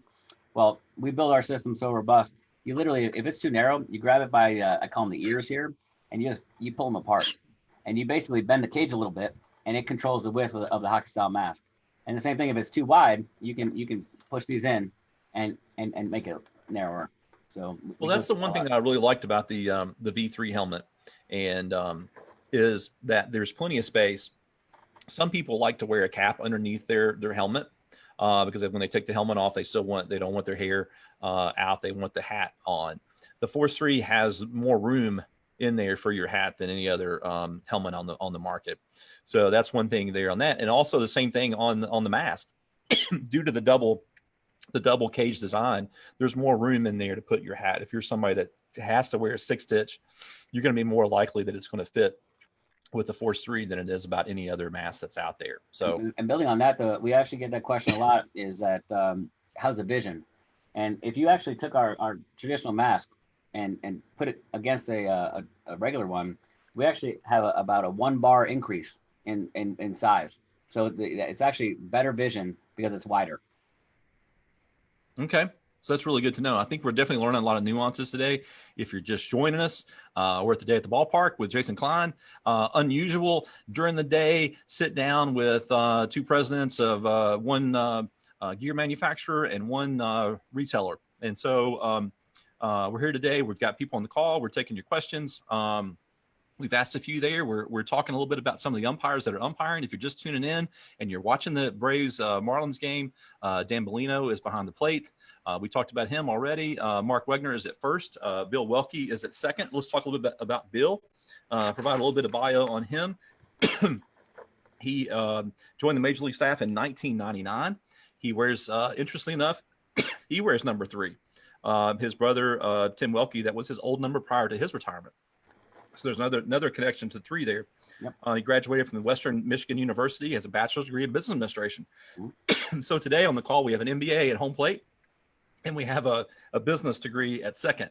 So these guys know their stuff. Bill, since joining the Major League umpiring staff in 1999, he's worked 5 division series. Looks like he's worked 4 league championships. plus the 2015 World Series. So this is a really, really great crew. I think that we posted earlier this week on social media all the crews that were out there, and we asked everyone who their favorite crew was. And I know many people really liked this crew. So, and Jason mentioned that he umpired with Dan in Double-A, and it looks like Atlanta just did something else, right? We've got another home run. Maybe I might have been late to watching that. I got so talking about gear stuff, missed the home run. So now we're 2-0 Atlanta. We're in the fourth, and we're on a commercial break. So let's talk about some other things. Let's talk a little bit about Shin Guards. We've talked about masks. We talked about helmet. Talked about Shin Guards. You know, that's another product that has just been very well liked and very well received. Mainly because, well, you tell me, why do people love your Shin Guard so much? You know, it's when I designed it, I mean, I handpicked every single piece of that Shin Guard. So I took the things that I really did not like, and just made it the way I would want it. And they're thin, they're lightweight, they protect better than anything that I know of. You can wear them under base pants if you wanted. I mean, that's something that they're half the weight, half the thickness of anything else out there. You know, the traditional ones. So it was important to me that they be low profile. I made sure that there was nothing that was going to rust. So even on our catcher side, we use stainless steel hardware, stainless steel, you know, hooks, everything, rivets. It's all stainless steel. So I hated the fact that after the end of the year, I put my gear away and then I come back and get it in spring training. It'd be totally rusted. And so that was a big pet peeve of mine. And I wanted to make sure that I fixed that. Yeah. Thanks for that. We're having some people that are saying that I need to get some water. I had a piece of popcorn, we're eating popcorn, hey, it's a day at the ballpark. Jason and I are sharing popcorn. And I had a little piece get sucked down in there. And, so, hey, I think I've got that worked out. Tony Williams, thanks for mentioning that. There, Mitch Levis also mentioned it. So you guys are noticing that, excuse me, I think I'm okay now. So that's good. So I'm glad Jason spent some time talking about the Shin Guards and gave me time to get the old throat situated here. And definitely. Yeah. So that's good. So again, we're day at the ballpark. Jason Klein, president of Force3 Pro Gear, Jim Kirk, president of Umpire.com. Just having a day at the ballpark, and really something really interesting. When you and I talked, I mean, what was your impression when I said I wanted to do this? What was your first thought went through your head? I thought it was great. I mean, it's something that I remember having done before, but it's a great opportunity that we can just relax for a little bit and actually talk to our umpires that are out there using it and that might have a question. I'd love to answer it. So I mean, I welcome any question really. I'm looking at some notes here, and one thing that we don't talk about much. Where did I read that there's a limited lifetime warranty? Is it on your mask? Is it on all your gear? Tell me about the limited lifetime warranty. Well, look, we stand behind everything we make. Obviously, some things we can't, put a warranty on. One being that, if a cage gets dented, there isn't a mask out there that has a cage that won't dent. Even titanium masks, they bend to some degree. So to me, I wanted to at least make an offering and say, look, I know you made the investment in Force3. I don't want it so that you have to buy a new mask. If your top cage is bent and dented, you don't have to buy a new mask. It's something that we offer that they can send their mask in, get refurbished, have us take a look at it. We'll fix whatever it needs, and if it needs full replacement, then we'll address that at the time. But it's really to take care of dented cages. No, I think that's fantastic, and we don't talk about that enough. Speaking of things that we don't talk about enough, we talk about the Force3 mask and chest protector and Shin Guards a lot. We talked about the ball bag. We talked about Mark Lolo earlier. If you missed it, Mark Lolo is one of Jason and I's favorite people who designed that dry low bag. And so we've talked about those today. Tell me about a product that is a Force3 product that doesn't get enough attention that you is one of your favorites. Oh, they're all my favorites. Right. That's tough. But one thing, well, believe it or not, the one that I can talk about all day are the socks. Okay. And, that was something that I started off with for one sock, because when I umpired, you had to wear two pairs of socks, a pair of white ones and then a pair of black ones over it, and that gave you like a thickness that was good enough. At least that's what I did. It was one of the first products I did. We ended up getting a patent on them because it was so good and it had unintended or unexpected results. And that grew from one size to two sizes. Then that grew to an ankle sock in two sizes and two colors. First it was one color, then two colors. And now we actually just came out with a third size, which is our crew size. And we did that. Major League Equipment managers asked us to do that size because that's what the players wear.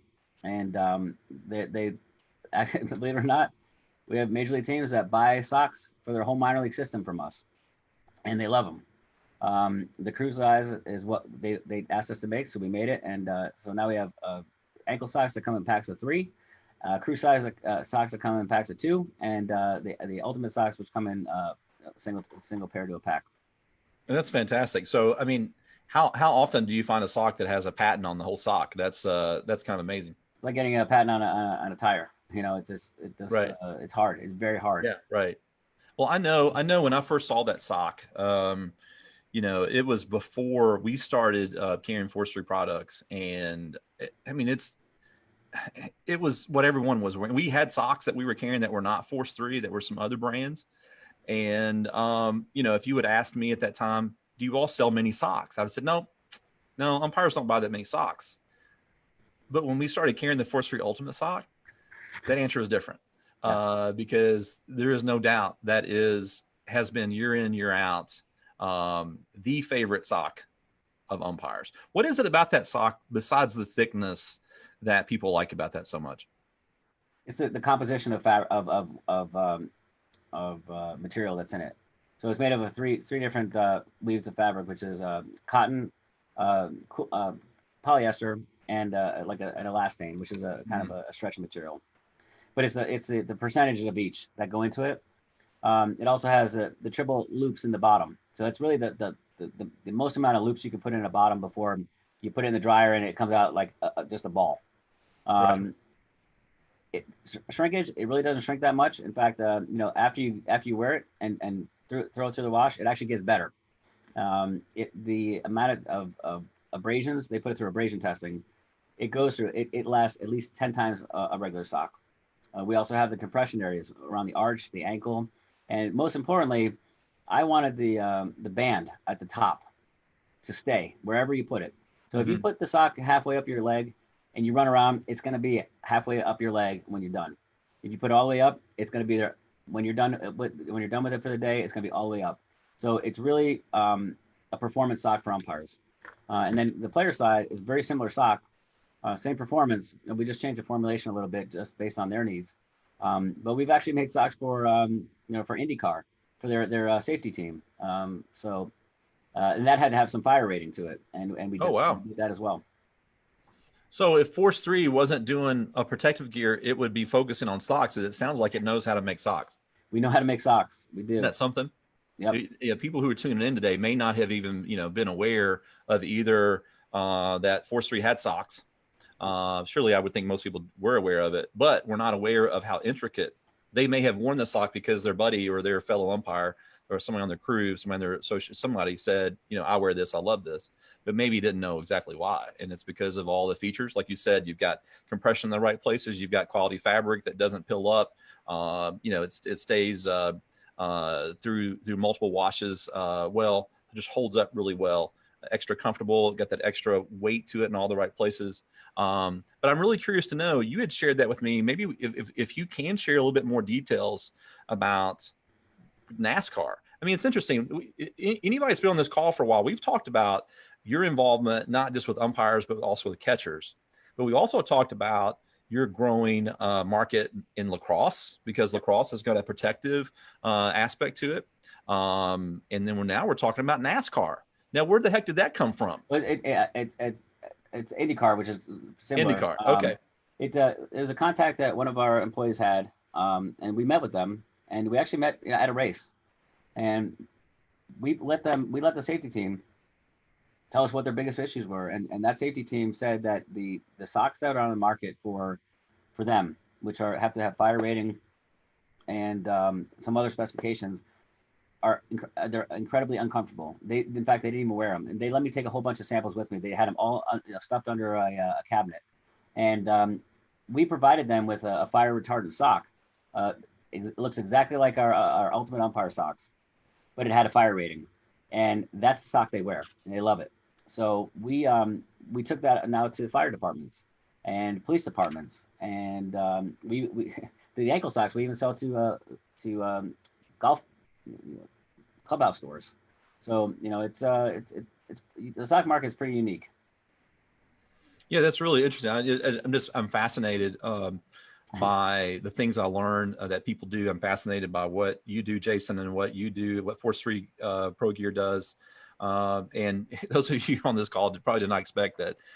And those of you who wear the Force3 sock didn't know that they basically have taken that sock and done some additional designs to it for mainly for heat, and now it's worn for the racers in IndyCar, obviously for obvious reasons. So I think I'll give you one little piece of information. When I did the sock, I had no idea that there was an actual standard for feet. So there's a standard that if you get a large or a certain size sock from one company, it matches the same size with another. We don't do that. We have a custom size that we do based on what we found to work the best, and it's been great. We have not had one complaint about how the sock fits or any holes or anything, and I think that's directly attributed to the fact that we don't use a standard size. It's really fascinating. I know that we've got some comments on socks. It looks like some people who are watching. Thanks everyone for tuning in to us today at the ballpark. It's nice having people come and visit with Jason and I on the call today. And it looks like I've got some people. Someone says, Stephen Gaither says, yes, I love the Force3 socks. Thanks Stephen for your comment. Tony Williams says he's got skinny feet, so he wears two. So Tony does D1 softball. And so we've got people who love Force3 who are baseball and softball umpires there. And so interesting. Tony does talk about some thigh padding as well. I know that's a product you wanted to spend some time talking about today. And I always love talking about tights because we know that umpires love tights, and for various reasons. And you have come out with version 2 that we started carrying and offering, that we had a hand in helping design the exact compression materials, how we had input and how involved the compression would be. But I'd like to hear about the tights. I know you'd like to talk about the tights today. Yeah, I've got just for the sake of being able to see it on the web camera here. We're actually coming out with a product for catchers. It's the same as our umpire product, except it's shorts. Oh, look at that. Umpires can wear this, if they wanted to on the bases. It's more of a slider short because it's got padding on the sides. But the idea is the same, where you have got the pockets on the inside, and then you have the Kevlar disc, which are right here. Now they're kind of stiff when you get them, but this material is a memory foam, and as it warms up, it forms to whatever it's against, and your body heat will do that. But the material, we actually, you guys had a big part to play in choosing this material. So we had a lot of different choices, and based on the feedback from the first version, we went with this. And this is a heavyweight compression material, and it's a great material. The stitching and everything is durable, and it stretches as well. It has the cup pocket on the inside, and super comfortable. So we're really happy with these. Yeah, I know that Tony Williams mentioned that he'd like to wear a compression short. We've been offering the tight, and it looks like that you're going in that direction to also offer that as well for the people who do prefer the shorts as well. So hats off to you there. I mean, it sounds like to me that since we started working together, and it's not obviously not just because of us, but your product selection has gone up. I mean, I don't know how many fold, definitely more than double, more than triple, because when we started working together, we had the mask, we had the Defender mask, and at the time, I think it was only available in a couple of colors. At least maybe it was all that was in stock at the time. The chest protector, and the Shin Guards, and the ball bag and the socks. Those are sort of the 5 items that I recall. But not only have you all branched out in other umpiring articles, the tights is one that we were just clamoring for, and we're already on version 2 now, and so I appreciate the work that you all have done, because if I've seen anything this year that's trending, one of the trends in for umpires and injuries is inner thigh injuries, inner thigh bruises, and arm bruises.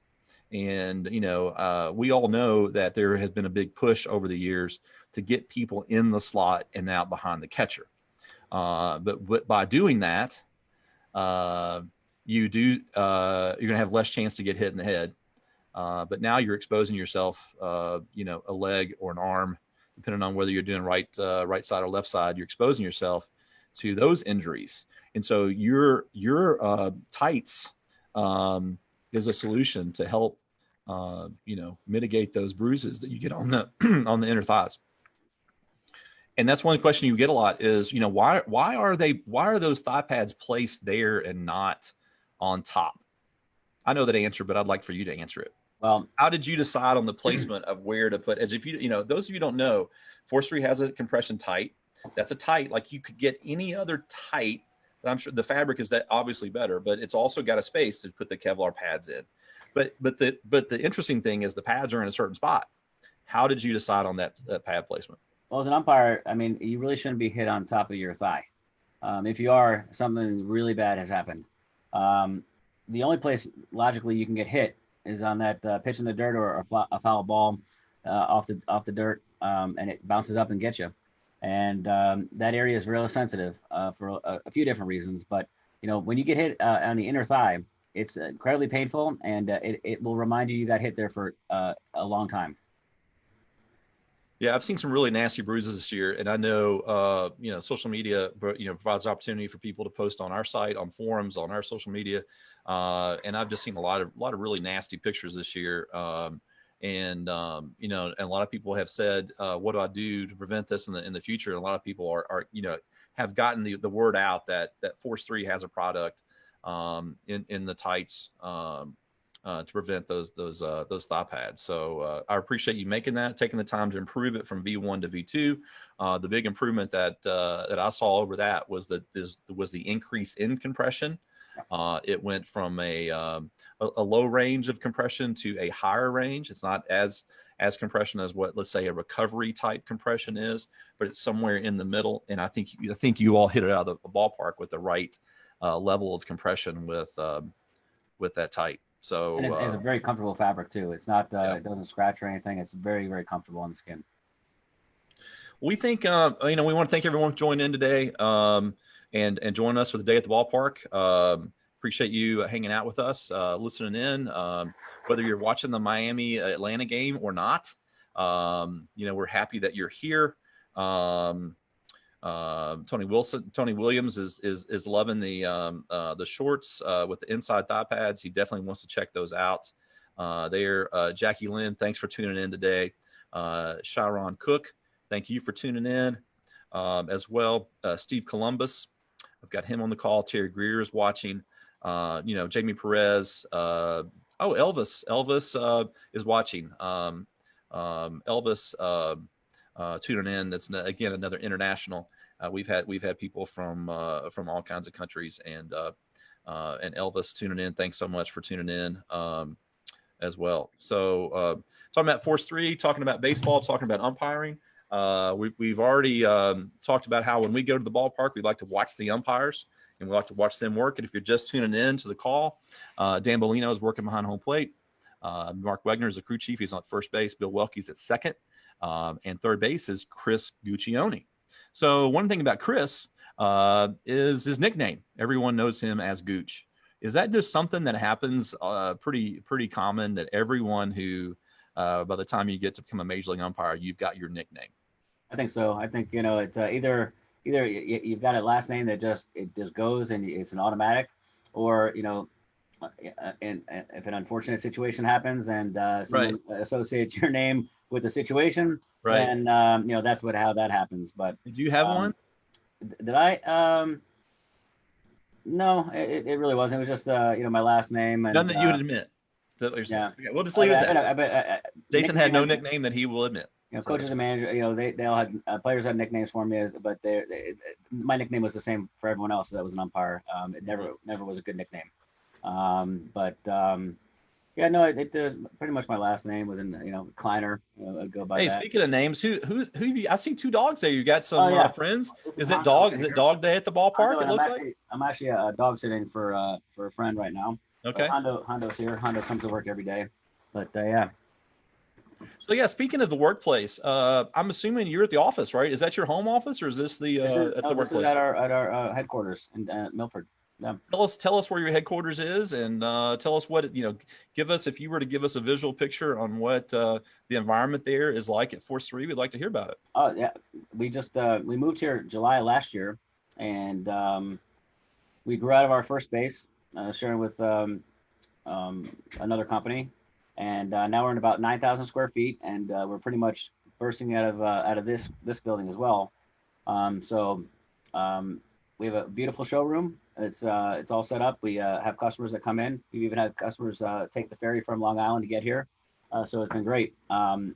It gives us, all the space we need right now to have everything under one roof and everything organized the way we need it to be. Take care of inventory the way we need it to be taken care of, and just have everything ready to go. So you have everything under one roof. So when we order inventory from you, it comes from that location there in Milford, Connecticut. Absolutely. Every match you see on TV, it comes right from here. It all starts from here. It's very convenient. We use Port of New York to get everything in, so it's less than 60 miles from here to wow. Our goods. So that's really interesting. I know that it's one of those things where you do work every day. When people ask me, where are you from, I think you don't know that we're from Louisville, Kentucky, and so maybe people also don't know that Force 3 Pro Gear is out of Milford, Connecticut. You've always been out of the Northeast, right? Always, yeah. Is that where you're from? I grew up here. I mean, I grew up in a little town called Orange, and my family's still here. So, family is more important than anything. So, I'm not going to move the company away when I still have family. So that's one of the interesting things that you end up you always end up in the best spot. And so I know for us, when I bought Umpire.com in 2006, my wife and I wanted to live in Louisville. And so the idea was to move that to Louisville because that's where we wanted to live. And we ended up getting a lucky break, and not, I was ignorant at the time to not know that Louisville was a fantastic location to have an e-commerce business. Absolutely. Central location in the country. And that's why there's so many different, there's Amazon, there's 2 Amazon warehouses here. There's a Zappos warehouse because there is the largest world port hub in the country is in Louisville. My brother-in-law actually works there as an engineer. And we have several staff who have gone through and worked at UPS, and they've come over to work for us for a little bit more of a low key atmosphere. But no, it's a great location for e-commerce. And of course, same thing with you, the family. We moved for family, but if we had decided to pick the best place in the country to have an e-commerce store, I mean, most places are 2 to 3 days. So throw a little plug in there for us. You all know that 2 to 3 days to most places in the country to get things because of our location. So I'm happy to hear that. I need to come up and visit you, at some point in Connecticut. I know you've been down to visit us more than once. More than welcome anytime. More than once. So it's time. I've had you on. It's almost like I'm the big college saying you've got to come to our place for the big stadium, but I've got to do more of a, we've got to do more of a home and away series with that. So when you came down to visit us, you stayed, the first time you stayed 2 days. Yes. We had 2 days of meetings. That's right. That was fantastic. Yep. So that's one of the fun things we get to do. And it's one of the things I love about my job is, I get to talk to industry leaders like you and get to help shape what goes on in the industry. Obviously there's a lot of things we do where people do things or companies do things and we buy what they come up with. But in this umpire gear market, it's such a small community that you and I have developed a relationship. Umpire.com and Force 3 developed a relationship, and we're actually able to help shape the industry. And we're really good. I mean, super, super good, as you know, about sharing feedback from customers that come our way. If there's any issues, any problems, any suggestions, we spend a lot of time on that. So when you came down for 2 days, we got to know each other and we got to talk about gear. We had dinner at a great spot. Do you remember what the dinner It's Italian. Huh? And I cringe anytime you eat Italian outside the Northeast, but let me tell you, I would go back in a heartbeat. Yeah. So we ate at a little place called Silver Dollar, one of our little favorite hangouts. It's an old firehouse changed into a restaurant. We ate some good barbecue there and had some good had a good beverage or two there as well. So just like we are having today. So but yeah, so you know, what else, Jason, do you want to share about Force3 that we have that we've not shared, or anything about products? You know what? Well, you know what? I tell you what. That's a good time. I've got a few questions that actually came in before the call. So let me get to them. Right. So here's a question. Let's first of all, someone asked, what's the difference between Force3 V2 and V1? That was Lou. Oh my gosh, SCAT Scatarakia. Okay, Lou Scatarakia. We've already answered that. And if you're just tuning in, the answer was we changed it. You changed the springs, it decreased the weight, increased the vision there on that. So thanks, Lou, for that question. We asked that earlier, but we didn't mention your name because I didn't have my paper right in front of me. Here's another question. Okay, this is about shin guard fit. This person said, I'm a 17.5 shin guard. This is Aaron Rosen. Aaron Rosen asked this question. If I'm 17.5 inches from the top of my shoe to the middle of my kneecap, would you recommend the 16.5 or the 18.5 shin guard? I would always start by this question. What's your preference? Do you like a smaller shin guard or a larger one? Okay. And then probably before that question, it would be, and this is just recently, what plate shoes do you wear? Because there are some plate shoes now that are the mid, that are low cut, that are actually acting like a mid cut or a high cut. So if you wear that plate shoe, I've got an easy answer for you. You go less. But if it's a regular plate shoe and there's no issue with it raising it or lowering it, then it's going to be your personal preference. You know, do you like it a little bit bigger? If you have it bigger, yeah, you're gonna have a spot to tuck your hand in. If you like it smaller, then you have your hand exposed a little bit when it's on top of your knee. But it's just a give or take of what you're looking for. I mean, I think that's an advanced answer. I love that answer.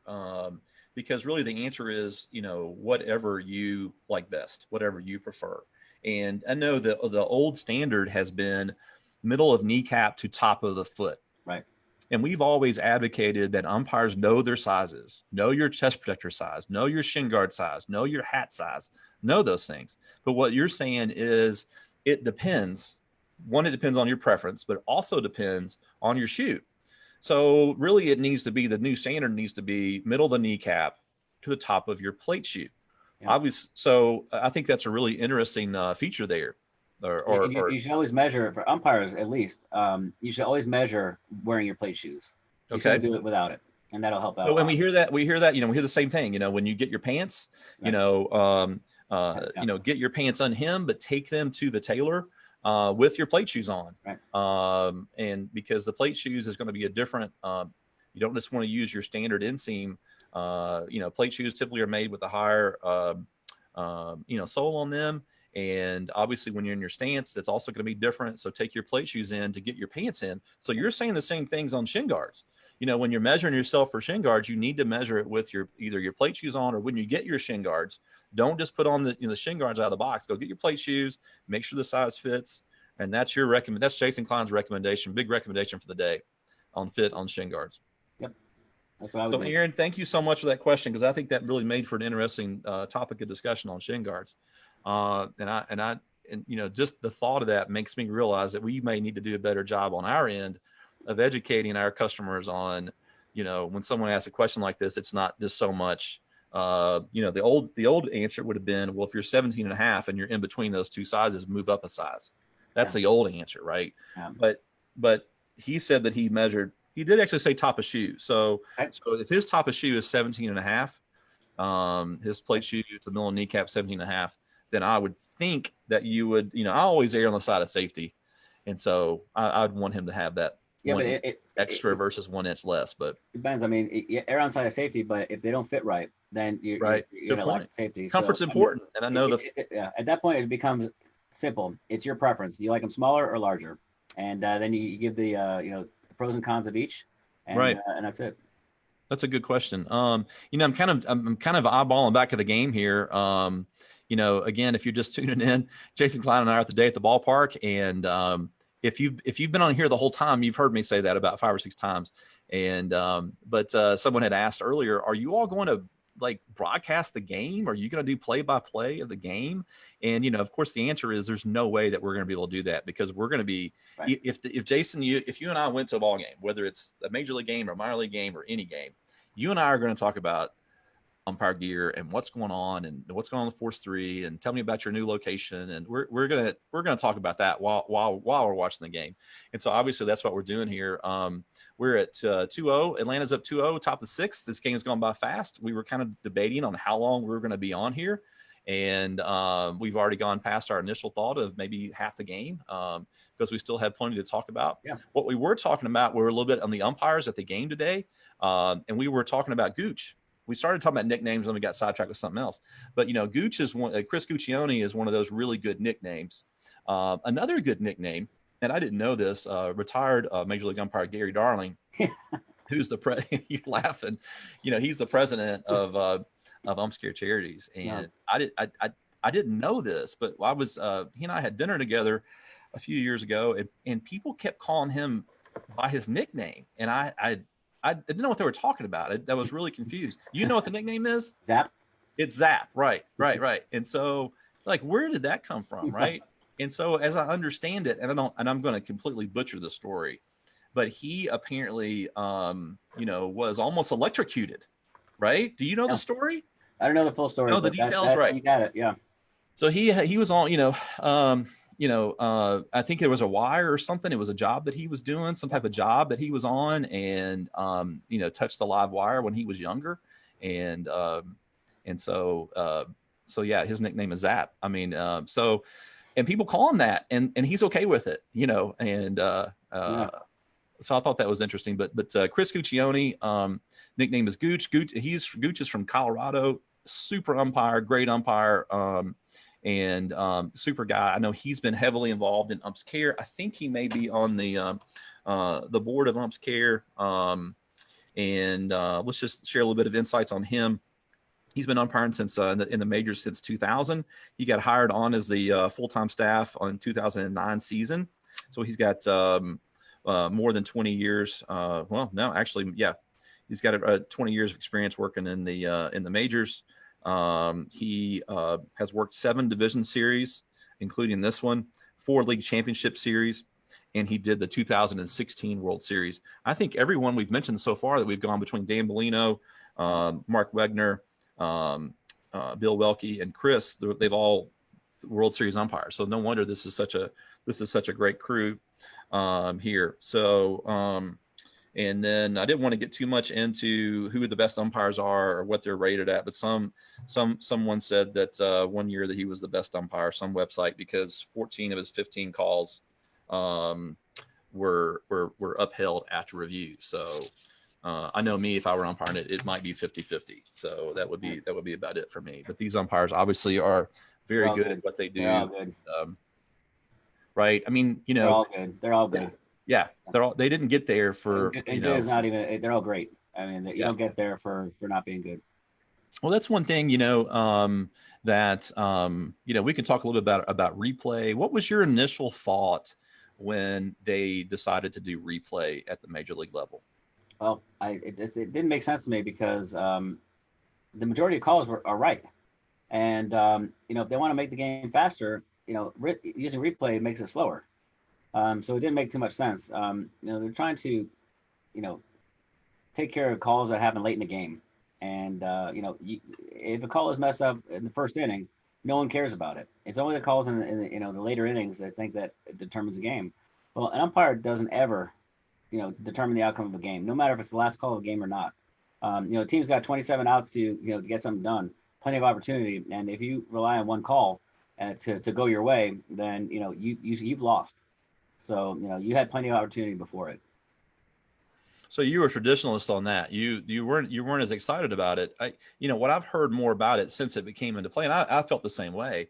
I felt that it was going to take, time away from the game and be a little bit, they're always talking about pace of play and and time of games, and obviously that was going to take more time of that there. But you know, what I hear also from umpires is they want to get the call right. And if something is going to help them to get the call right, and I think that's when I kind of came around and thinking that if a lot of major league umpires are okay with it or like it or whatever, then you know, obviously I'm going to be okay with it as well. Those calls are something like a fair foul down the line, you know, home run call, Right. or a fan interference, possible fan interference where an umpire can't see that. You Right. can use it for that, but you know, regular safe out, fair foul, you know, as far as like down the line, there's no need for it. I mean, you know, they get the majority of them right, and I would like to see, you know, how many were overturned and hadn't affected the game of a game, you know. Let's see. Also talking about the umpires that are on the in the game today, we've got Andy Fletcher and Stu Sherwater in the outfield. Andy Fletcher was one of the first umpires that I ever talked to. I want to say it was either 07 or 08.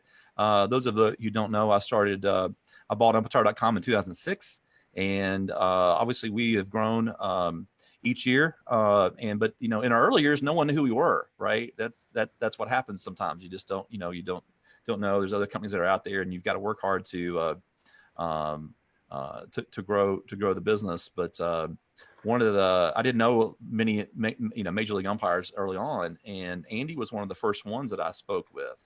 Do you have any idea why I spoke with Andy first? Do you have any insight on that? Me? Yeah. Me? No, I'm just asking if you maybe knew something about Andy from a protection standpoint. I have an idea. I know that Andy purchased equipment from Force3 on our website. I don't know if it had anything to do with it. Okay. But, you know, and he didn't reach out. I didn't know Andy. I never talked to him before. Right. But Well, I'm sure. You know, one day I get an an order that comes in. Well, one thing that Andy did, he was the first, at least the first that I was aware of a major league umpire who wore a mouth guard. Right? Have you ever heard of the concept of umpires wearing mouth guards for additional protection? I have. Actually, I think I remember that now that you said it. Yeah. And so I think there was one year in the minor leagues where that was actually brought to us a year after it was, you know, the big league guys got it. That's really interesting. Yeah. Mm-hmm. And Andy and I still talk. Whenever I see Andy, we kind of chat about that a little bit and chat about some of the evolution of that concept of wearing a mouth guard for that. At one point, we actually sold mouth guards on our website, but they weren't very popular. It's just not necessarily an umpire. You think of that as an umpire item. But I recall I saw him wearing that, and I wanted to reach out and find out more details about why he wore it, and would it be helpful maybe for other umpires.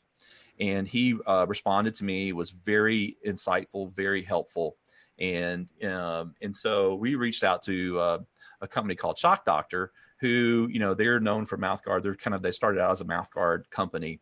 And I talked to the vice president there and got his input on there. And his information pretty much was that, you know, there's anecdotal information that a mouth guard provides one additional layer of protection. Some people when you listen to this and go, what are you talking about, a mouth guard? What, you know, we don't need to protect our teeth. We've got a mask for that.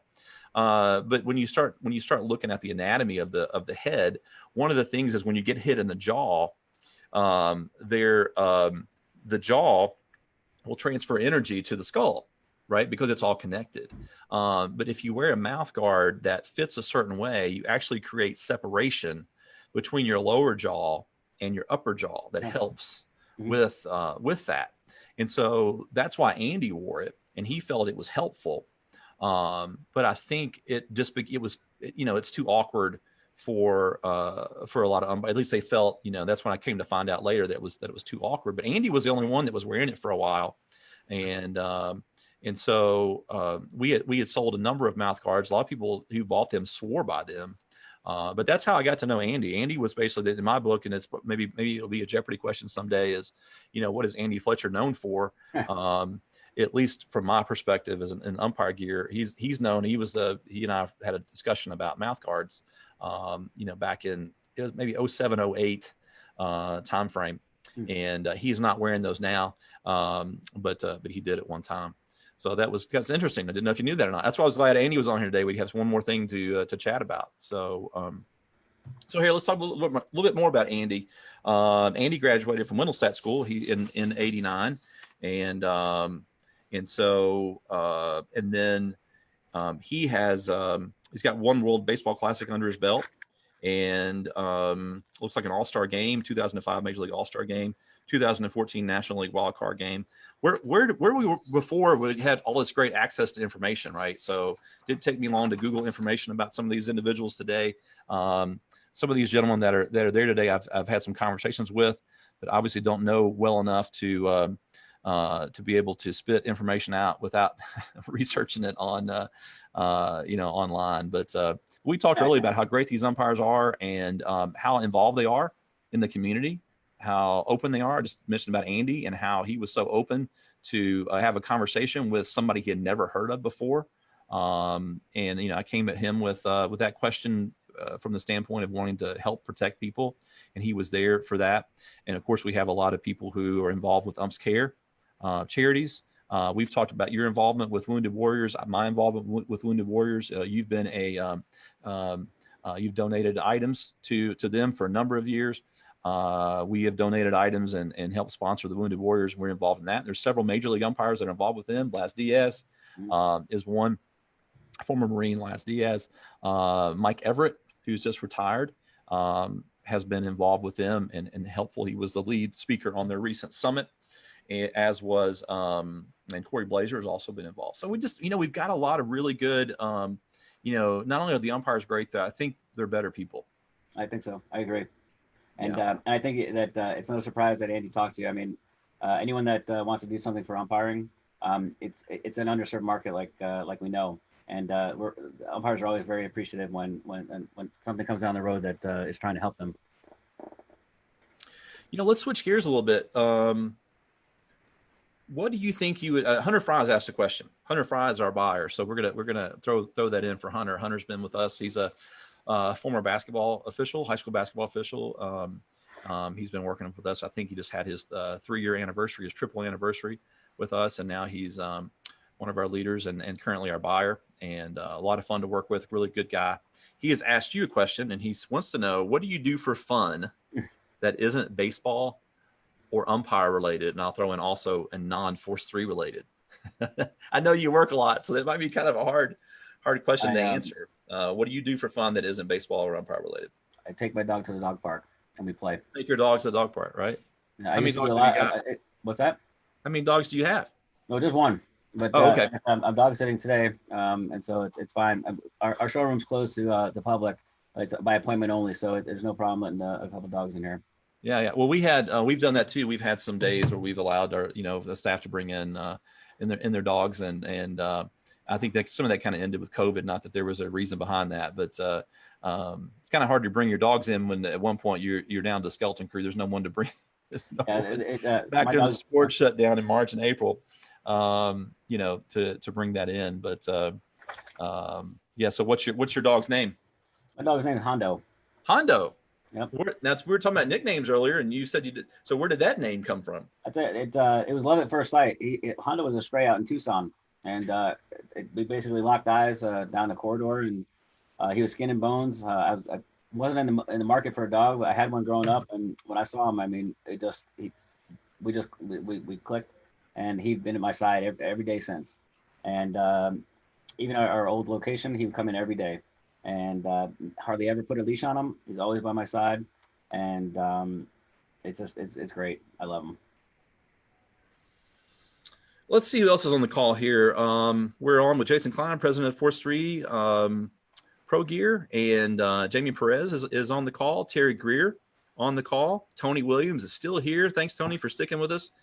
Steve Columbus, Jackie Lynn, Greg, I'm sorry, I'm going to mess up your name here. Pachininen. Thanks for watching. Glenn Perkins, Shane Burkholtz. Thanks for watching. Ray Brownlee says, great show. Chris Deckman joined us. Kenny Passino, Dave Shalda. You know what? We must have really been answering a lot of questions because I'm not seeing a lot of questions on here. I think we maybe have just covered a lot of things. David Divers is on here. Russell Tattersall, thanks for joining us. Bob Hardy, Hector Martinez. We've had a lot of people that have joined today. Mario Rosas is watching. Yep. Let's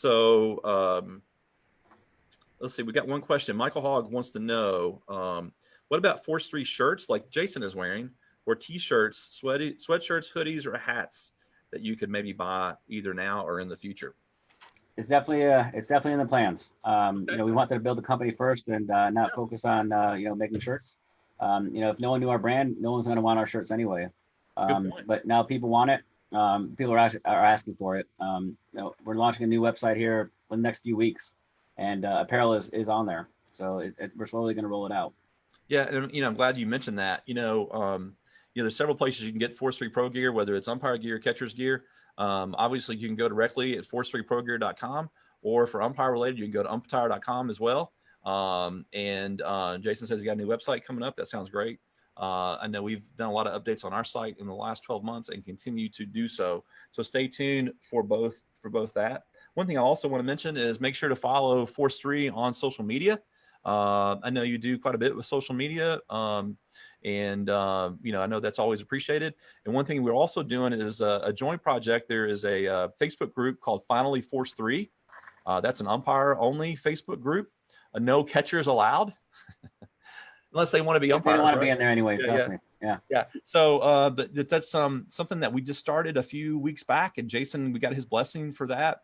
Ty Unthink, who does our social media here at umpire.com, has done a great job of managing that group and getting it moving. I'm not sure how many members we have now. I know it's over 100 at some point.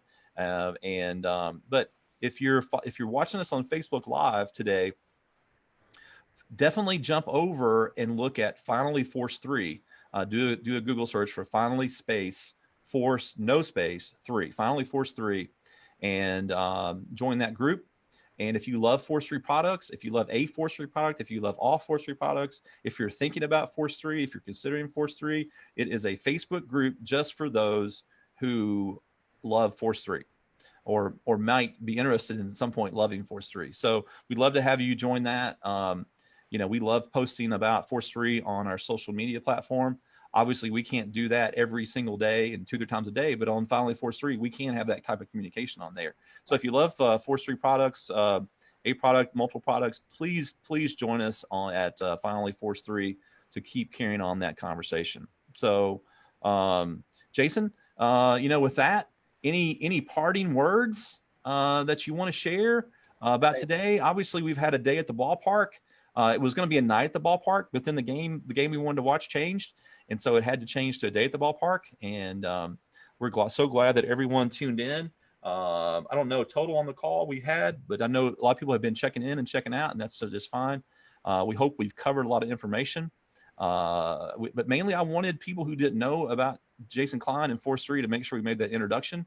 We wanted to find out, you know, what you're up to, what you were doing. Obviously, you've mentioned some new products today. You've got some new crew socks coming. What else did we mention, or what else did we not mention about new products that are coming down the pike? Well, I can't mention some things, but I can tell you that we'll be a different company next week than we are this week. And, and we continually try to do that. Right. To always, you know, keep moving and not stay stale. But we've got some news in the pipeline that you know, once things are finalized, should definitely turn some heads. And you know, we're finally getting, you know, what we've been working for this whole time of protecting people. We're finally getting, you know, people to understand that this is for real. So that's all I can say about that. And you know, I appreciate everyone tuning in. I appreciate everyone that has gotten a Force 3 product, and know that, you know, if we put the Force 3 name on it, it's the best we can make, and there's not you know, a different level of it. It's either 100% protection or 0% protection. We're not going to make something that is inferior to protecting you all the way. So I got a few questions. I don't want to miss the final questions that we have here. Yeah, especially some people who've tuned in and they've been tuning in. Eric Goldsmith is asking, is there possibly a V3 mask at some point? I know what your answer is going to be, but you pretty much just said it right there. But feel free to get that out of the way, because people are asking that all the time. Right now, there is not one on the books, because that's really been perfected. I mean, the only thing you can really do to it at this point is change the style of what it looks like. As far as material and performance, you know, you don't fix what's not broken. So Okay, so there's your answer, Eric. No V3. V2 is what you have. And My answer too, though, is tell me what you think is missing. If you tell me what is Good missing point. and it's missing, then we act on it. Right. Eric, he's calling you out. He said, hey, tell us what you want to improve. And that's one great thing about you is you're always a text away, an email away, and I would put you right up there with anyone on how quickly you get back to me when I send you something. It's almost amazing. I do that with my staff some where I may send an email at 10 o'clock at night. I don't intend that any of my staff respond at 10 o'clock or even intend for you to respond. My hope is I'll send that out at 10. Jason will get it the next day, and I might get an email back at 11:15. And I know that's the kind of effort you put in there at Force3. And so, but we do always provide that feedback, and you're always so willing to listen to that. So if any of you have any feedback on any product improvements, whether you put that on the comments here or you send those in any other way, we will always share those, not just today, but any other day. So Tom thinks says we have 112 members now on Finally Force3. Let's see if we can get that up today. Let's see at the end of the day how much that ends up being. People who tune into this or they watch it on Memorex later. So let's see. Tony Williams says, great job, guys. Said I need to contact Jason. I get a sense that they're going to want you to put you on the podcast. Both sides of the mass podcast. They put me on that. I had such a blast. I don't turn down. I don't turn down anything. I mean, I'll talk at podcast. I've done so many podcasts, and anytime. You heard that, Tony? Jason is in. If you want to contact Jason about being on the podcast, he is in. Let's see. Greg Pettit is on the call today. Thank you, Greg. Greg's always been a big follower on Facebook.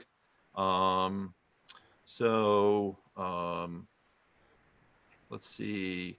Someone asked a question for those of you who have Force3 Shin Guards. How do you clean them when not using them? We can talk about that. What's your suggestions on basically cleaning and care of mask, chest protectors, Shin Guards? We'll go ahead and get that out there. What your thoughts are on your products? We say use a mild soap and water, and then hang dry it. Hand wash is the best. If you're gonna put Shin Guards in the washing machine, it might do some damage to the washing machine, not so much to the Shin Guard. Definitely don't dry them. I could share a little tip from the catcher side, and the way they get the chest protector perfectly clean and the Shin Guards, they actually use a pressure washer. You don't get close to it, but you basically put them out there, and the pressure washer will really get them clean. Just have to be a little bit more careful with the umpire chest protector because it has different foams, and the plastic on the inside will stop water from going through. So you don't want to damage the fabric. Yeah, that's really good advice there.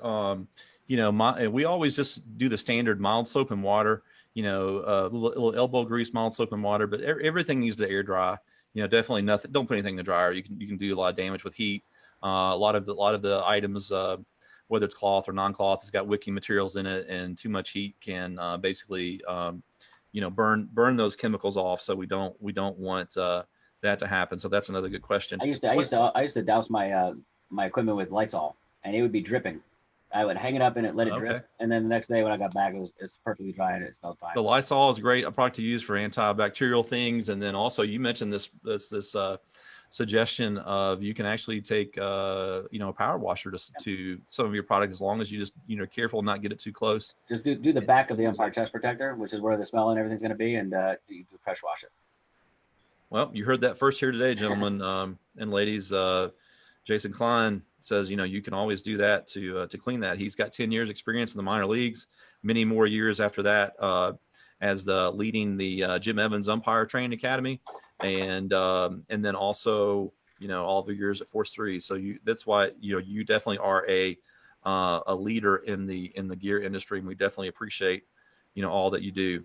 Want to make sure I'm not missing anybody who's asked questions today.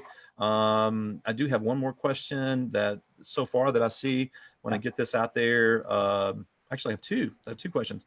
He says, this is David Crooks. David Crooks says, I am 5'6" and about 175 with a 42-inch chest. Will the chest protector fit me? Yes. That chest protector will fit basically anybody, and anybody meaning any body. When we design that, there are different pieces that come off, or you can leave them on to make it a certain size, but there has not been one person that I have not been able to fit that chest protector to. Right. Whether you remove the bottom extension or you leave the bottom extension and take the neck part off, leave the neck, or take off the bottom, or take both of them off, it's going to give you the perfect height. And then for the width, we've got the wings that come off, and it has been able to fit to anyone's body. What is the recommendation? I know out of the box, mask, chest protector, shin guards.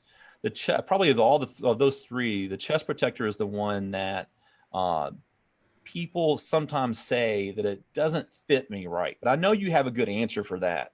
And I think a lot of that has to do with time and patience and moldability. But can you, if I'm whether I'm 5'7" or I'm 42 inches or any size, large size or small size, what's the break-in time on the chest protector, and what do you recommend there?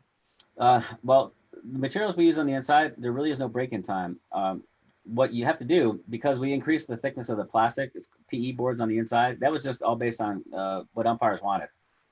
Is it necessary? Not so much. Our very first version doesn't have any plastic, but people could feel an impact. Not feel it like it hurt, but they would feel the pressure of it. So over time, we increased a plastic part over the top of everything, and that would take the sting away. Right now, there's a 3mm PE board. Okay, you got to mold it. I mean, but right when you take it out of your bag, bend it, and make it fit your body, and then and then you have it. And you do that before every game. I used to do it my chest protector, which was a Douglas, and Westbus actually by Douglas. And before every game, I'd have to fold it in and make it mold to my body. And I loved it. When I first bought my chest protector, I did Little League, and I bought a 15-inch because I didn't know any better. By the end of my career, I had cut the chest protector and made it even more custom, and it was like maybe a 9-inch chest protector. So I mean, it's just that you didn't know. But Little League, I'd go with the most protection possible, and that's where you need it. As you move up, you can take the protection off because people can actually catch and throw by that time. Mm-hmm. That's really good insight. I think sometimes people, when they get something out of the box, especially if they pay, a higher price for it, or what they consider a higher price than what you can get, at a secondhand store, is they think it should just fit perfectly. You put it on, and I think the evolution of chest protectors, used to, you had the balloon and you wore that on the outside and you carried that with you, and then the chest protector then became an inside chest protector, and you attached it, right? You attached it to your body with a harness and clips.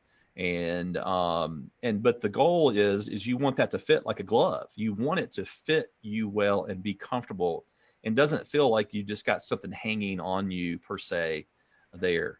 And so I know you've always told me, whenever I've talked about the chest protector, about how you've got to mold it, you've got to shape it. Don't just take it out of the box and go, this is it.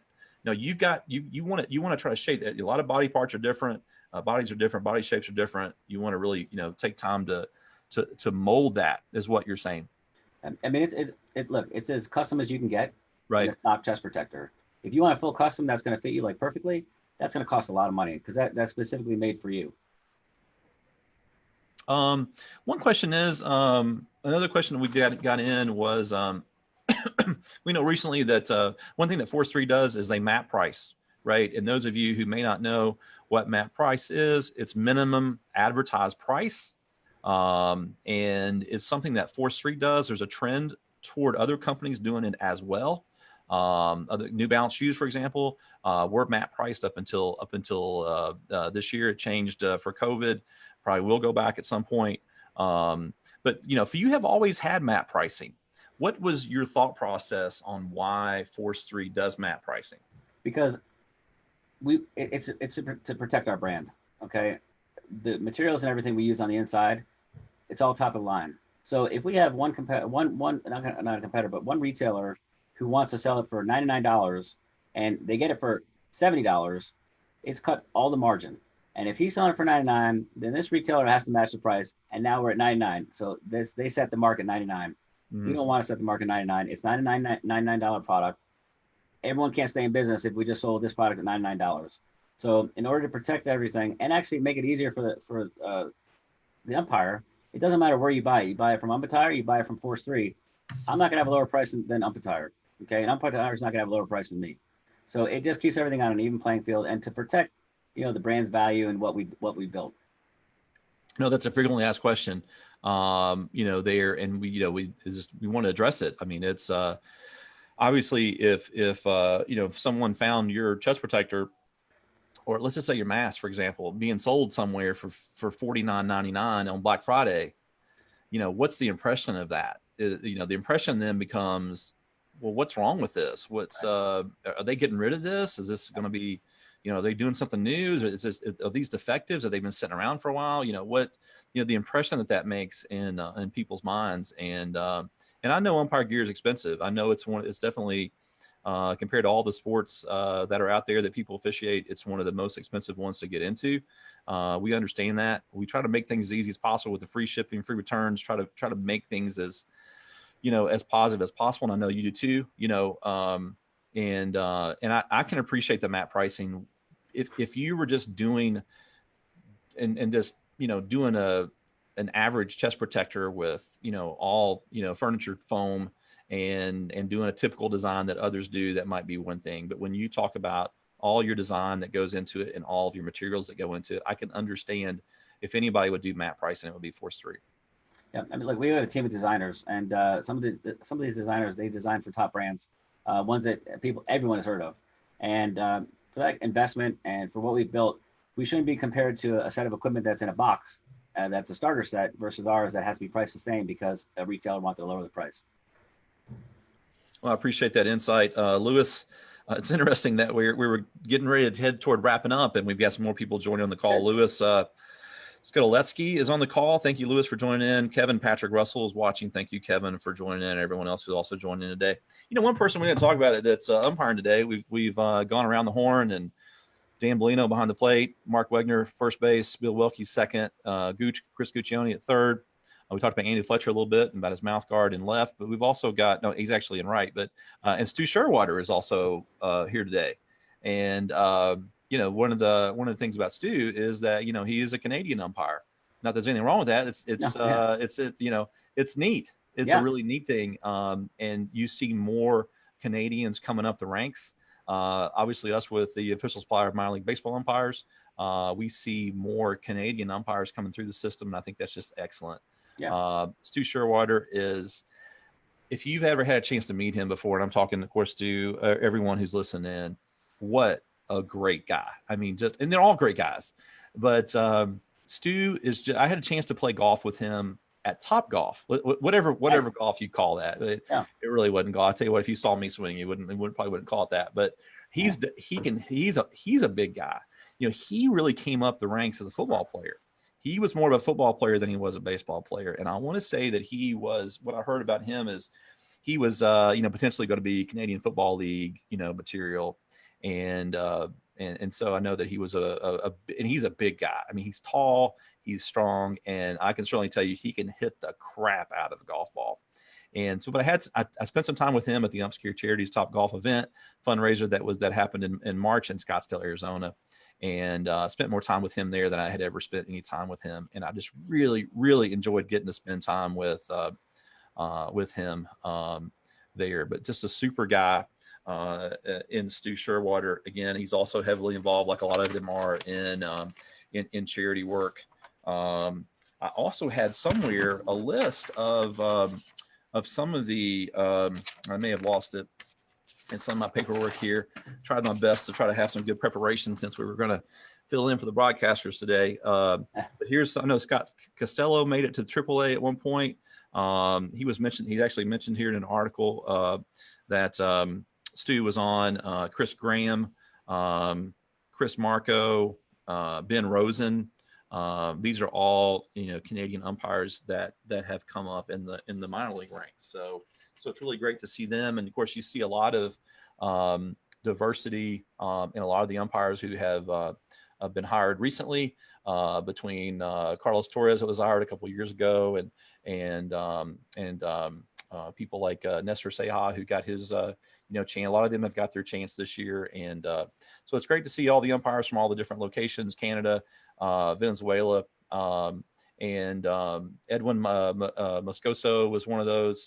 Really glad to see him, get his chance this year. I was had the privilege of being on a Zoom call where we talked about safety and appearance with the British Baseball Federation.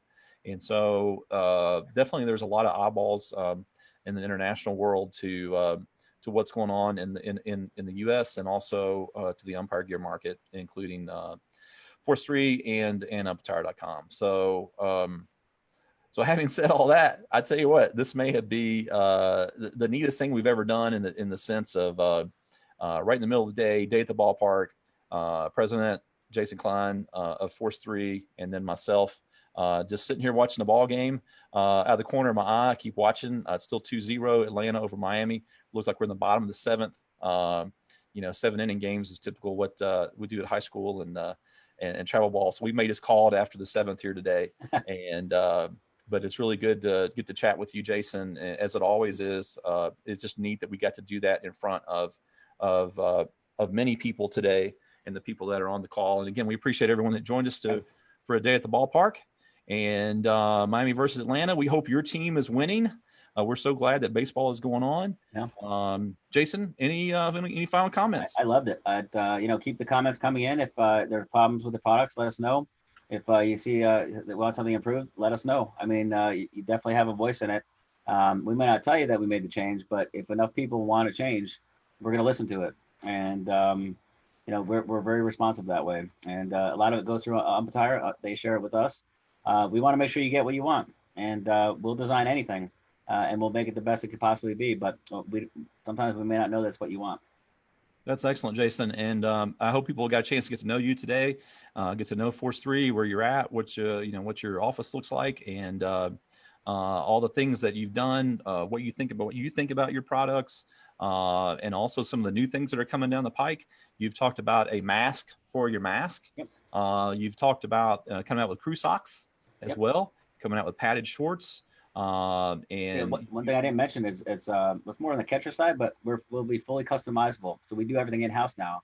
Nice. So when breast cancer awareness, we'll have pink frames. Okay. Prostate cancer, we'll have the baby blue. Do some things. And Right. we'll be able to do that right in house. So it's Well, if you want, if you want to get more, if you like what Force3 is doing and you want to get more involved with them, there's two ways to do it. You can see us. You can see the Force3 brand store at umpattire.com. It's going to be ump-attire.com/Force3. If you want to look at all the Force3 products that are out there that we offer, it's ump-attire.com/Force3. You can also visit Force3progear.com. They've got not only umpire equipment there, they also have catcher's equipment.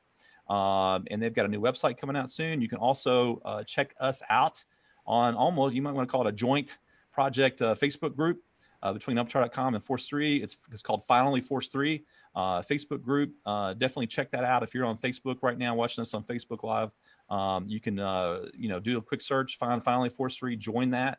I've got 112 members as of the last time we checked. We're hoping that's going to be more. Jason, that's all I got. Thanks for sharing some popcorn and our stadium drinks for the day. And thanks so much for giving your time. And we look forward to carrying on the conversation through other means, other social media. We're always listening. You're listening. I'm listening. Our company's listening. And we'll keep the conversation going and keep Force3 doing what it does best. I enjoyed it. I can't thank you enough. It was fun. Thanks, Jason. All right. Take care, everyone. Thank you. Thanks, everyone, for joining in.